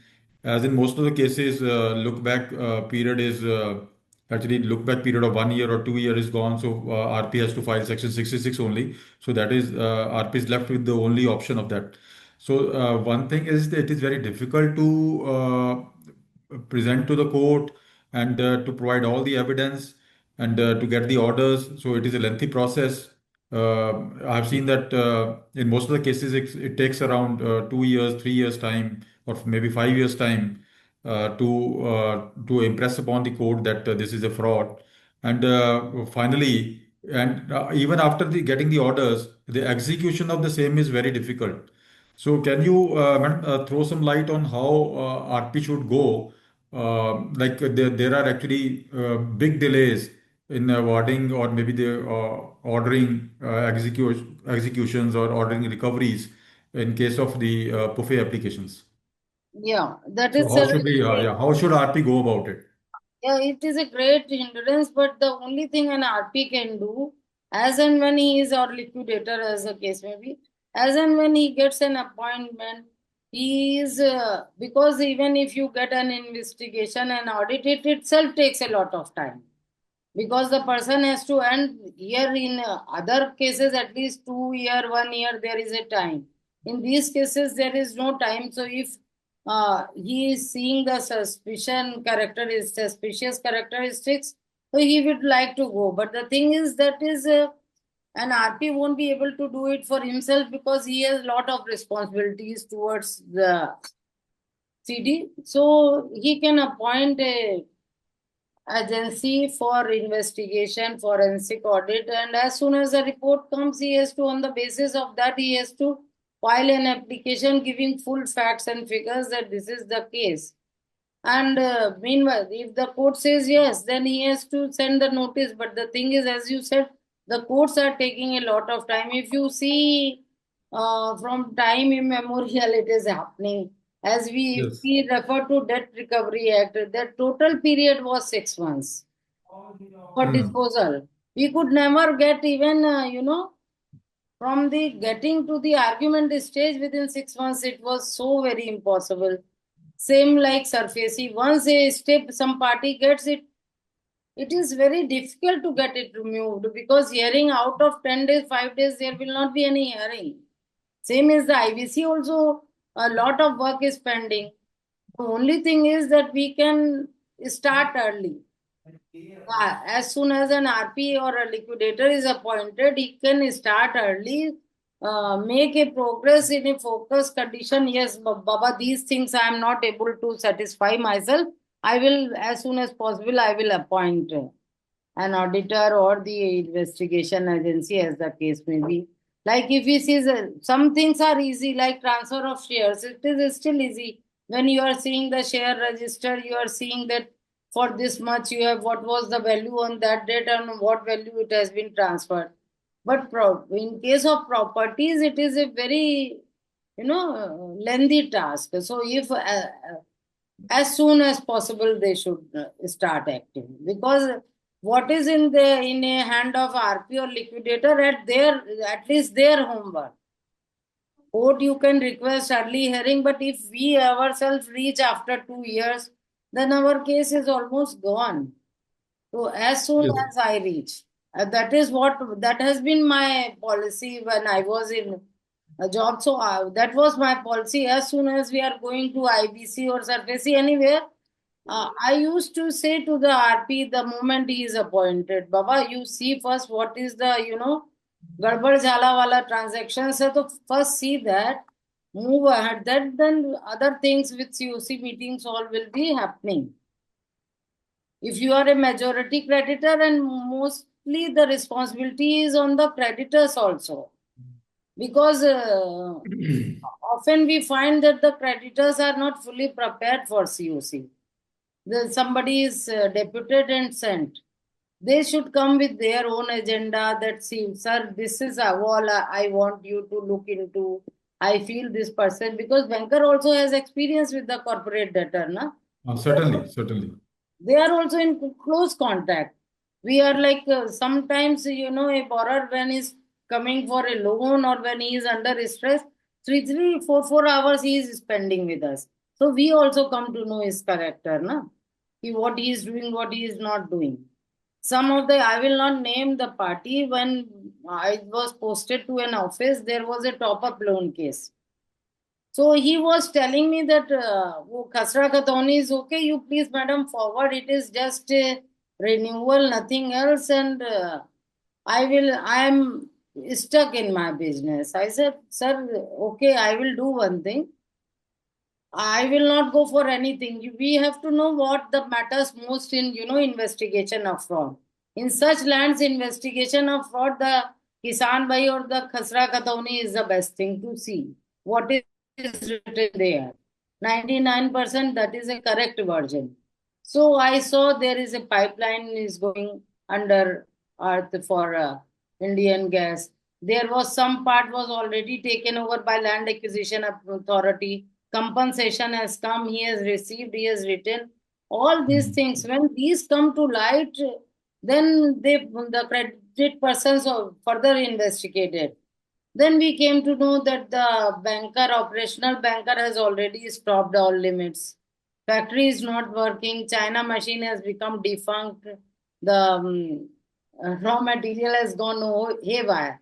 Only thing is the alertness is the only thing which can help a creditor, a RP, because there is no foolproof method. Only if he feels there is a suspicion, he will order an investigation, which I did in my case. That okay, I told advocate other things remaining same, you please go to the tehsil and take a certified copy of the Khasra Khatoni.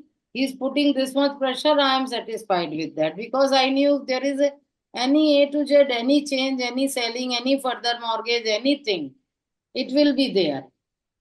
So, madam, I will extend my query. So, let us say you are able to get some orders under section maybe 49 or 66.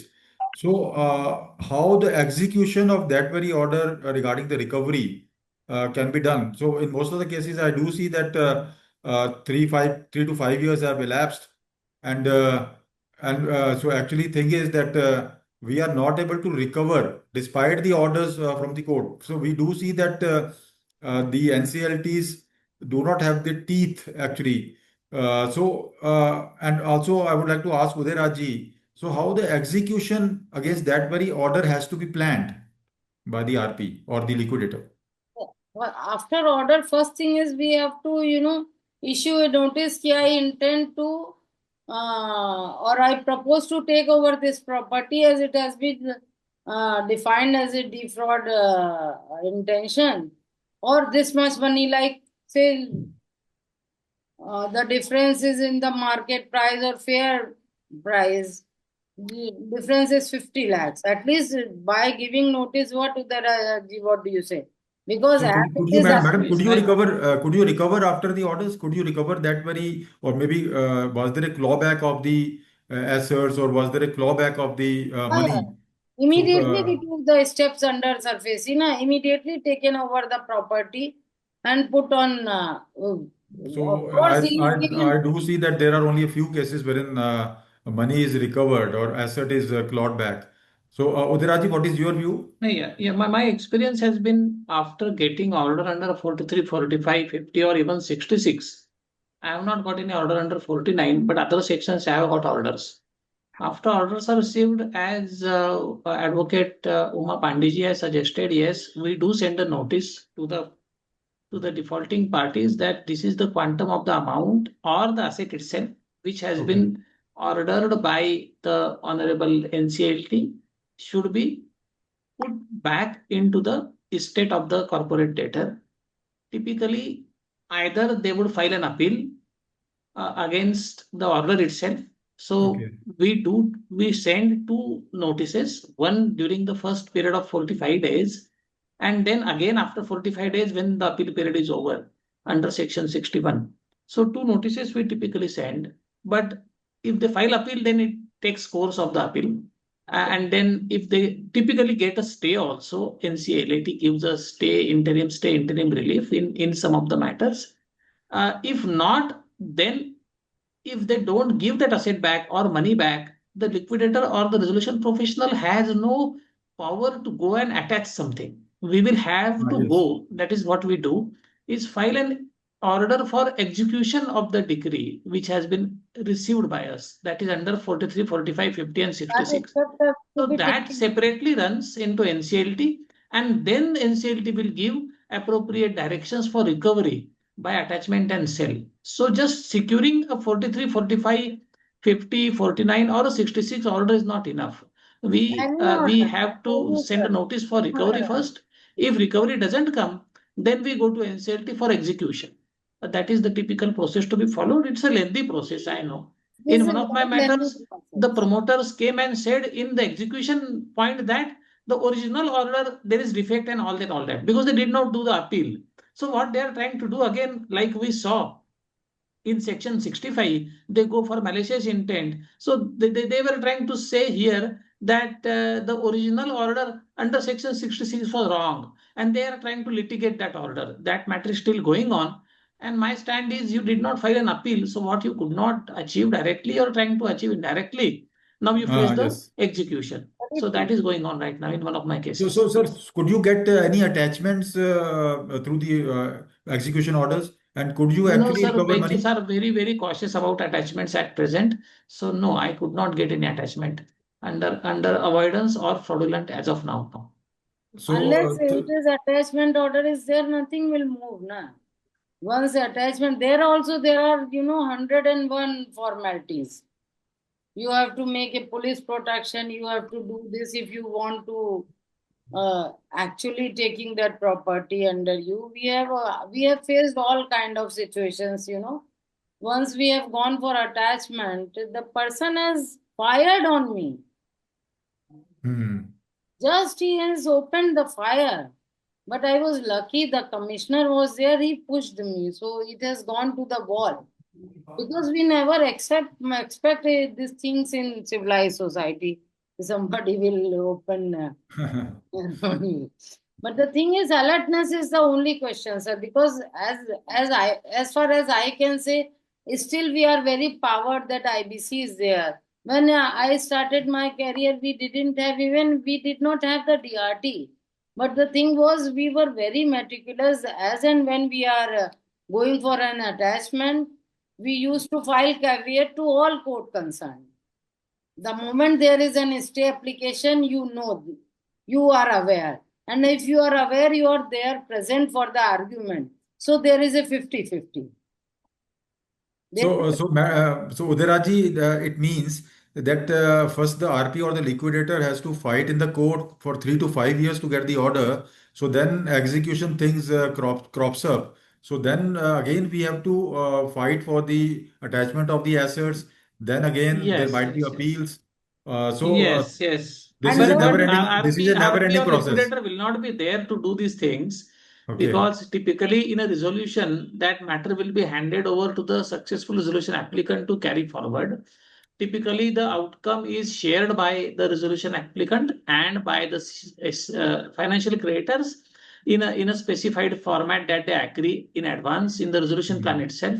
That is so far as resolution is concerned.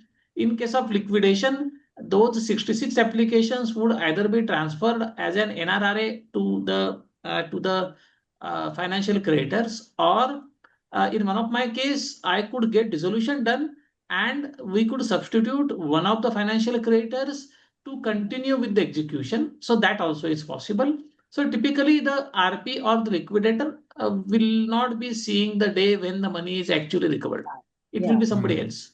So they will be out of the picture and maybe. Mostly out of the picture because they cannot sit in their seat for so long. Yes, certainly. So but this their is. role is very important for what I feel. Yes, That they have to absolutely. initiate. They are the initiator.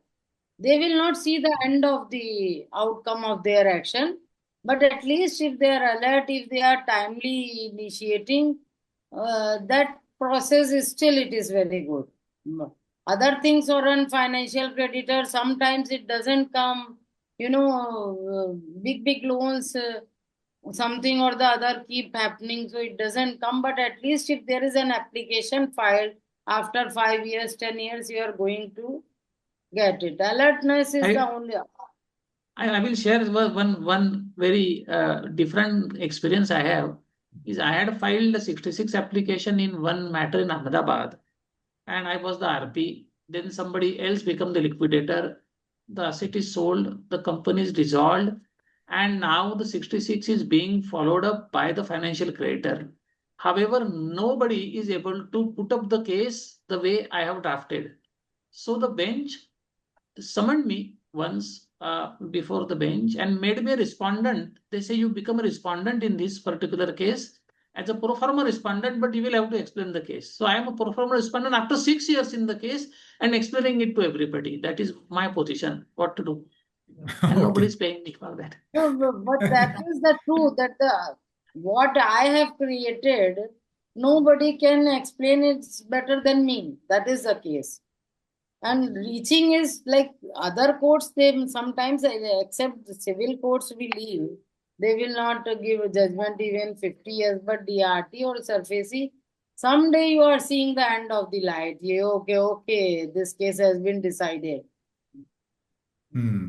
So this is the additional burden which is put on user, and This might be the case with maybe other RPs or liquidators as well, who might be made. It can happen. It It can can happen, sir. happen. Yes. Lot of inconvenience. No? Every time you have to go and explain. And And nobody is then the chair will going say, to pay for that very additional effort. No, and and I am not able to engage a counsel because I can't spend that kind of money now after I'm an functus officio. So I only go there and appear. What to do? and then Okay. as and when the chair changes, you have to go there. The presiding Yes, officer, the yes, moment he yes, has came, yes. you have to again tell the whole story. So again, one query is there. So two learned persons are there in front of me as of now.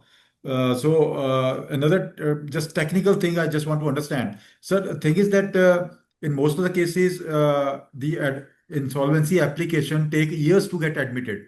So in these very cases, look back period of 1 year or 2 year is gone. So usually what the RPs do, we put all the transactions which are there in the bucket of section 66. We put those transactions in section 66 bucket. So whether those seem to be undervalued or whatever. So like if we have to capture certain transaction which is done about 5 years back, since the insolvency gets admitted after 4 years. So we try to actually take advantage of section 66. But what is actually the fine line difference? So let us say if I find a undervalued transaction and there is a malicious intent, as though that very transaction went to a certain related party. So I put that very transaction in the 66 bucket because I don't have any other option as of now. But should we actually, what is the fine line difference between section 49 and 66? How should I go about it? So, madam, Madam, maybe if you I can may take it first. start with Madam, you that, can you take may it please first. continue. I will just start with that. So Okay. the fraudulent intent is very important in both 49 as well as 66. Yes, sir. Yes. For section 66, you need a real summer. And for 43, 45, and 50, you need a single sparrow. That is enough. But a single sparrow will not make a summer. Fraud is a summer. You need an intent and continuous behavior of fraud to be able to establish 66. Otherwise, just one incidence, it might be difficult to establish 66.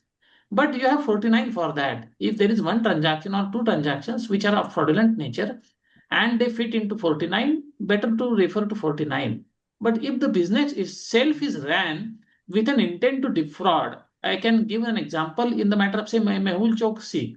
In that case, Punjab National Bank was completely defrauded by issuing multiple letter of credits and transferring money via SWIFT, and that was a continuous activity for long. So that is For long. certainly a Yes. fraud.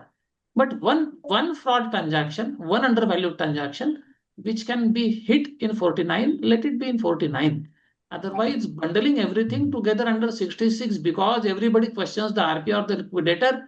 So if I want to make a mistake, I will do a mistake on the side of caution. सब कुछ एक साथ डाल दो section 66 में. Many people do that, but some things don't survive in such a case. So we have to be careful also. 49 will solve that problem also of time period.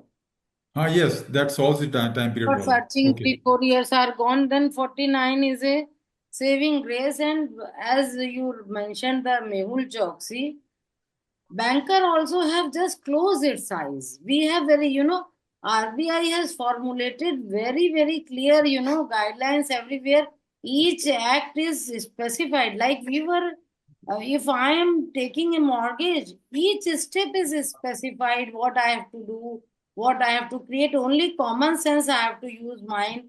No, this, if somebody talks with you 1 hour, you will be able to understand about that person. That is my experience. So, but otherwise, likewise, PNB also had same set of instructions from the RBI, what you have to do for opening a letter of credit, how you have to go about, you have to see. But if we are choosing to close our eyes, nobody can wake us up.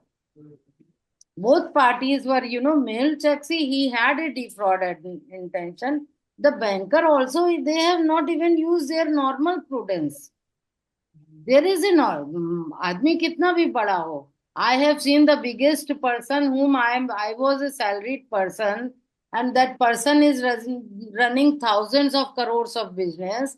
if he has come before me, does not mean that I leave my precautions. I have to take that. So that is a contributory. A fraud, this case, as you said, Mehul Chowk, see, this selling of property with deliberate intention, this a banker will not do much, cannot do much. But in the opening letter of credit, or your property is sold out, though it is mortgaged to you, you have your originals with you. So every now and then I had a very, everybody was questioning why. Every now and then I was appointing some advocate to जाकर लगा के और registry का एक चक्कर, ये मेरी borrower list है, उनका क्या transactions हुआ है. Somewhere we have to formalize our methods also, na?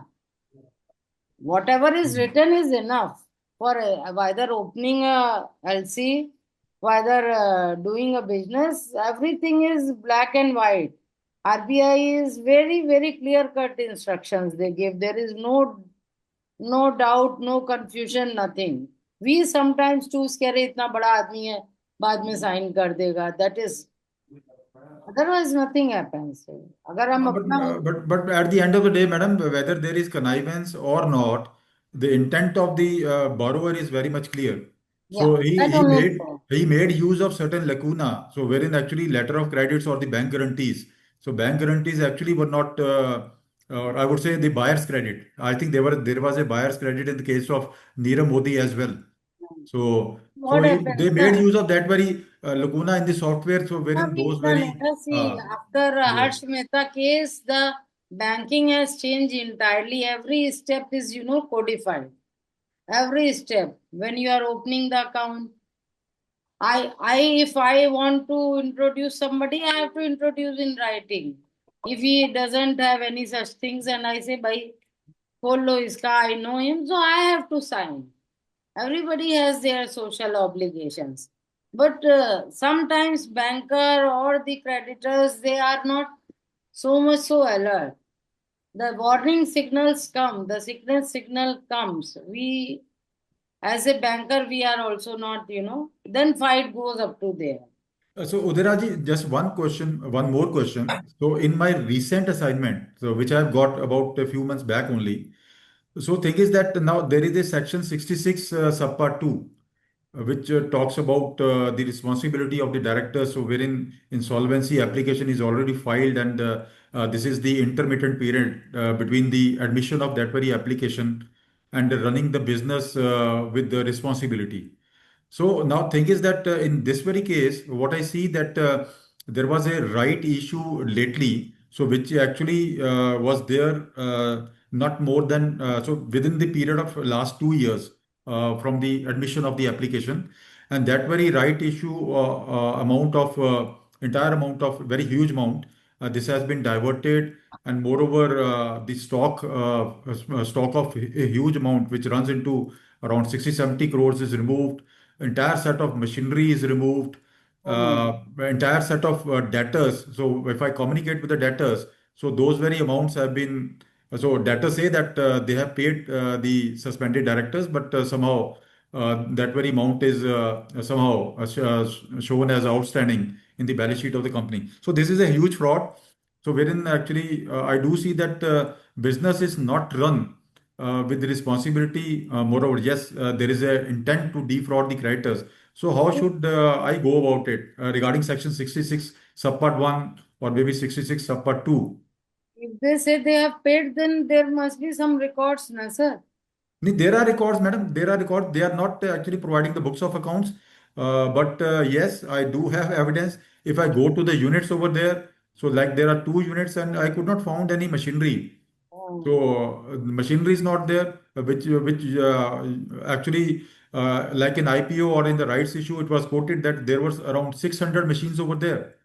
So say all the 600 machines are gone, or there are just skeletons of that very machinery which is lying over there as of now.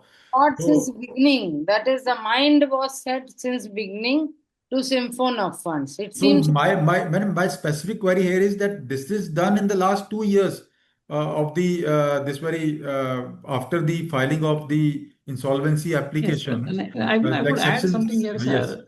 if I talk about 66.1 or 66.2 in the case that you are discussing, without any further facts known to me, when we talk about 66.1, we talk about fraudulent trading.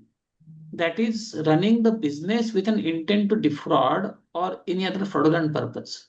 So Yes, that yes, sir. is 66.1.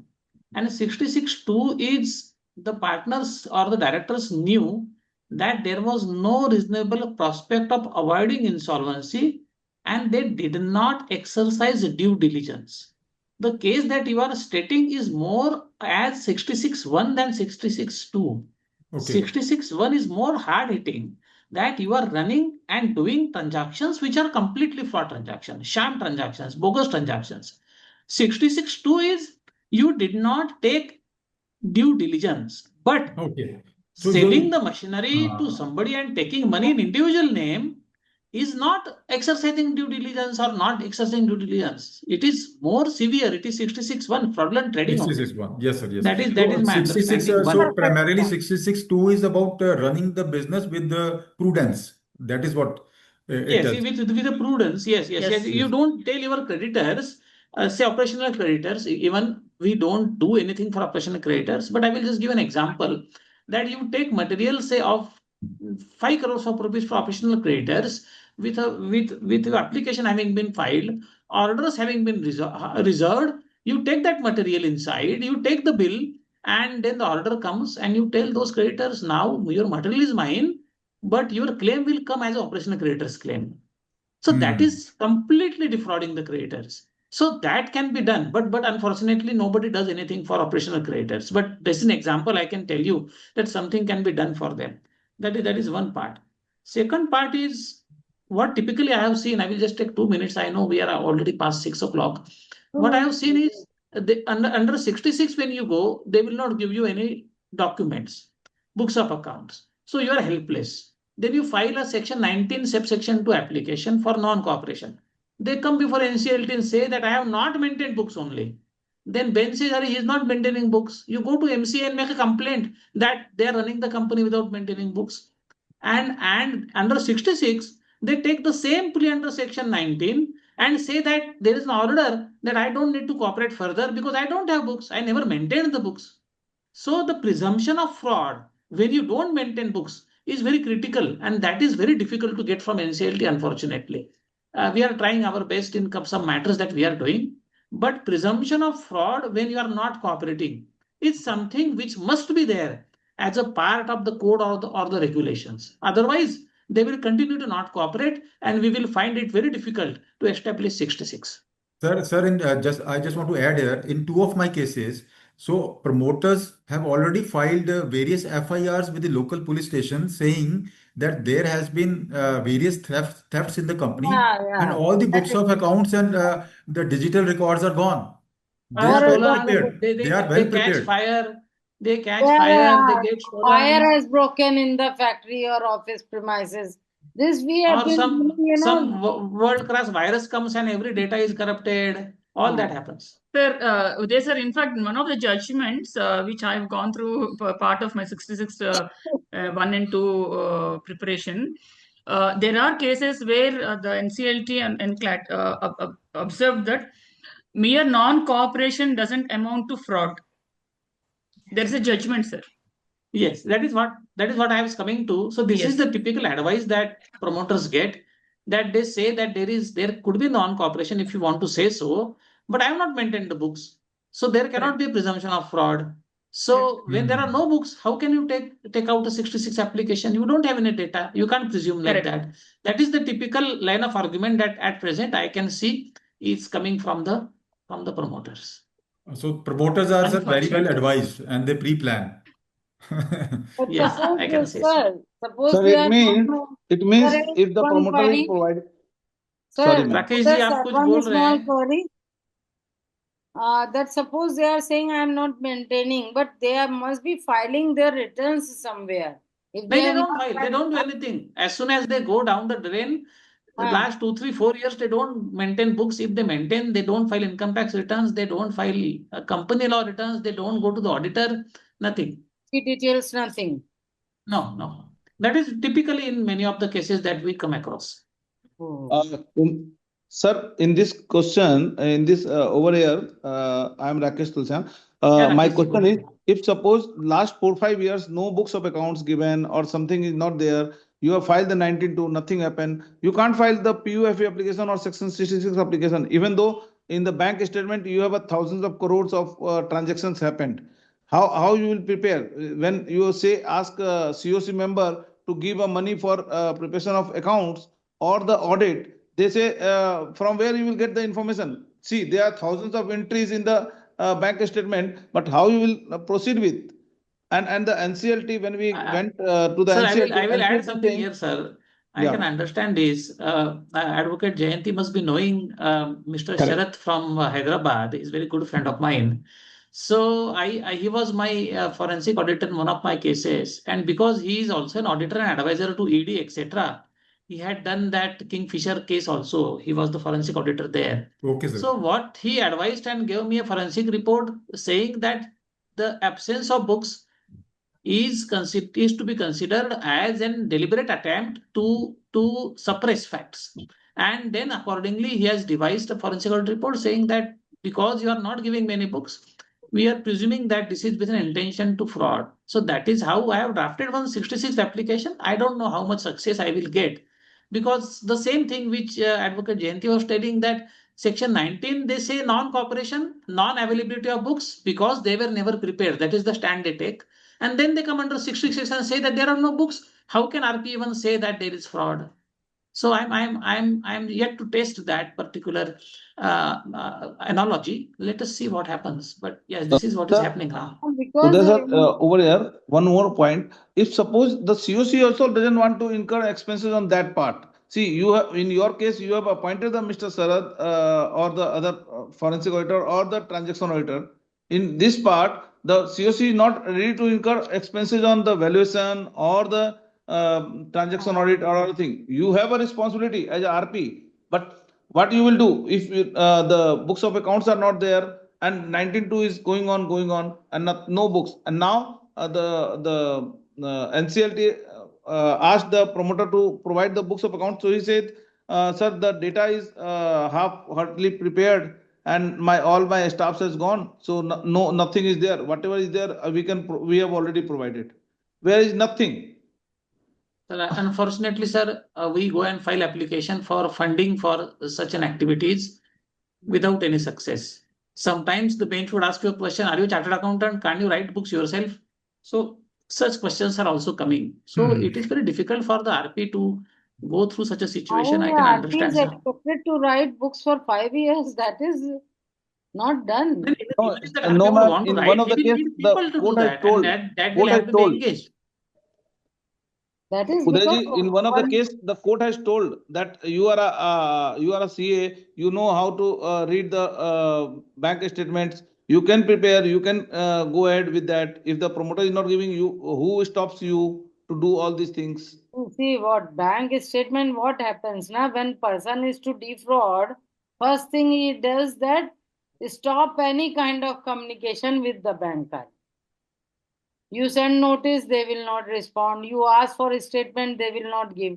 The first thing when they think of defrauding is because that is being recorded. So they stop any kind of communication, I've seen, from the banker. So I just want to Sir, add that here. is. I just want to add here, Udayraji. Thing is that in one of my case, actually, I was in a similar situation, but I could meet the commissioner of this very GST department.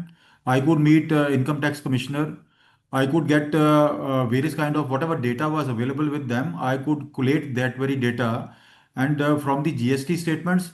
And now from the bank statements, I could see that certain amounts have been diverted to various related parties. So, and from the GST details, I could see that there is no sale purchase transaction from that very related party.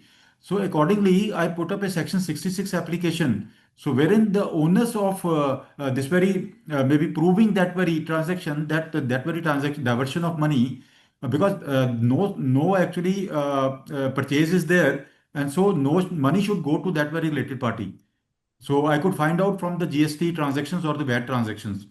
And Very now well. the ball is in the court of the respondents. So they have to prove that I don't the know, transactions are maybe not. there is some GST, some ITR, some bank. But when the borrower from client from the day one he is of defrauding mind, then he will see that he is not reaching out any information to anybody. 3-4 years gone, banker also will write a letter. Please submit your statement. It doesn't come. So, madam, only thing is at least I am able to put huge pressure on No, the sir, I agree, respondents. sir. Great achievement. So But that is the what I issue could I achieve. always put up No, you could is get that footprints. That is a great achievement. Yes. Because it doesn't come like that. It doesn't come. so As a that is banker, why, sir, I don't know. I was suggesting is there has to be an amendment in the code for a presumption of fraud if you are not cooperating, presumption of fraud if your books are not complete.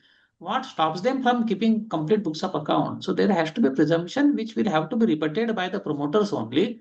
And such kind of an provision has to be there. Otherwise, we don't see much traction at NCLT against any action against the promoters. I have not seen any 19-2 penalties happening other than in one remote Calcutta case in which 2 lakh penalty was issued in one 19-2 application. Others, no contempt, nothing happens. Most of the 19-2 get dismissed as infructuous after resolution plan is approved. So this has been proved to be a toothless provision. Doesn't help anybody at all. And they merely don't submit any data to you, and 66 doesn't work against them because there is no data. So No, sir. What I feel very difficult. 19 might have been introduced because of MSME. Because I have seen them from the close. Most of the MSME do not know what is an account, how to keep it. They don't understand the differentiation between Yes, madam. It the is there. It company is and there the actually. clients. So perhaps it was for the protection of the small industrialist. It is being taken benefit by big names. But the thing is that it might have, as my experience goes, because once a MSME customer used to come to us, we have to guide him like a child. Sir, now you are required to do this. Now, sir, you are required to do this. Otherwise, they will purchase and sell in cash. So, madam, I would request that now this is going never ending. Yeah, So yeah. we are But it actually was very we fruitful, have sir. surpassed time, and All of you have this is thrown light to the so this is unpleasant actually a very interesting matter. discussion, and this can go on and on. So even Yeah. if we sit till 10 o'clock in the evening. Fine. So now I would really my thanks to everyone. Even Udayraji has contributed very well, Very and well. Thank you, Madam sir. Janti is there, Madam Uma is there. So this has been a wonderful session. So now I would request Udayraji just to express gratitude to Madam Uma, and we Thank can you. then move on with the memento. Thank you. Thank you, Advocate Uma Pandeyji, for elaborating Section 49 so well, which generally is a neglected section. It is not even picked up by many resolution professionals or liquidators while focusing on 66. So, Jayanti Madam had explained 66 provisions very well, and now you took it forward to detailed Section 49 provisions now. They were very excellent for discussions. I thank you on behalf of IPNet and Dr. Ashish Makhija and Sandeep Kumar Chitkara, the North Head. And please accept this token as a virtual token of our gratitude towards you. Sorry. This is certificate of appreciation being presented to you, Advocate Uma Pandey, as a speaker on 21st of February for our webinar. The physical copy of this will reach your office, madam. Please allow us 10 days for it to be remitted to your office. So that is from our side. And back to you, Sandeep ji. But before I come back to you, I will have to So, madam, this display. is your certificate of appreciation, and so as of now, we can only provide you virtual appreciation. That is what we can do as of now. Enough. That is enough. So most welcome. Thank you so much. And yes, sorry, I interrupted you. Before I go back to Sandeep ji, I will have to appreciate his contribution not only as the North Head, but also he was an excellent anchor today, asking right questions at the right time and allowing this whole webinar to go ahead very smoothly and very interactively. Thank you, Sandeep ji, for being there. You are always a very very detailed and This very is effort this is taking my person. pleasure, sir. This has been Thank an interactive session, and we always learn. And IBC is very much evolving. So this is the beauty of IBC. So you learn Yes, every thank you. day. Yes, Thank yes, you. sir. And, It is learning process, walking through the learning only. yes, Because yes, new yes. code, now everything you need. So if I may go ahead and declare the next week's webinar, Yes, sir. Yes. Sandeep ji. Now this Yeah, is so required. Yes, next sir. week is You may go on. 28th of February, and we are going ahead with the topic of issues and disputes in valuation. So that is a very unique subject that we want to take up. And the lead speaker, who is the chief guest, is going to be Mr. Ram Mohan Bhave, who is an international valuer. And the valuer that will be contributing as the speaker after Mr. Bhave will be Mr. Kakode from Mumbai. So he has also got an excellent experience. So he will be conducting the valuation disputes and issues on next Saturday, 4 to 6 p.m. on 28th of February. Back to you, Sandeep ji. Okay, sir. Okay, sir. I think that will be again a very good session coming forward. So now I would again request Udayraji to give a formal vote of thanks and Thank you. conclude this session. Thank you. I will be brief. Thank you, IPNet, for allowing us this opportunity to organize this webinar. Today's topic being Section 49 and Section 66, issues and applications, and any pitfalls that we must look out for.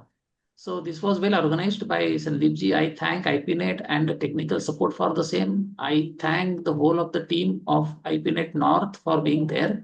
I thank the speakers, Advocate Jayanti and Advocate Uma, for being here. And thanks to all the participants for joining.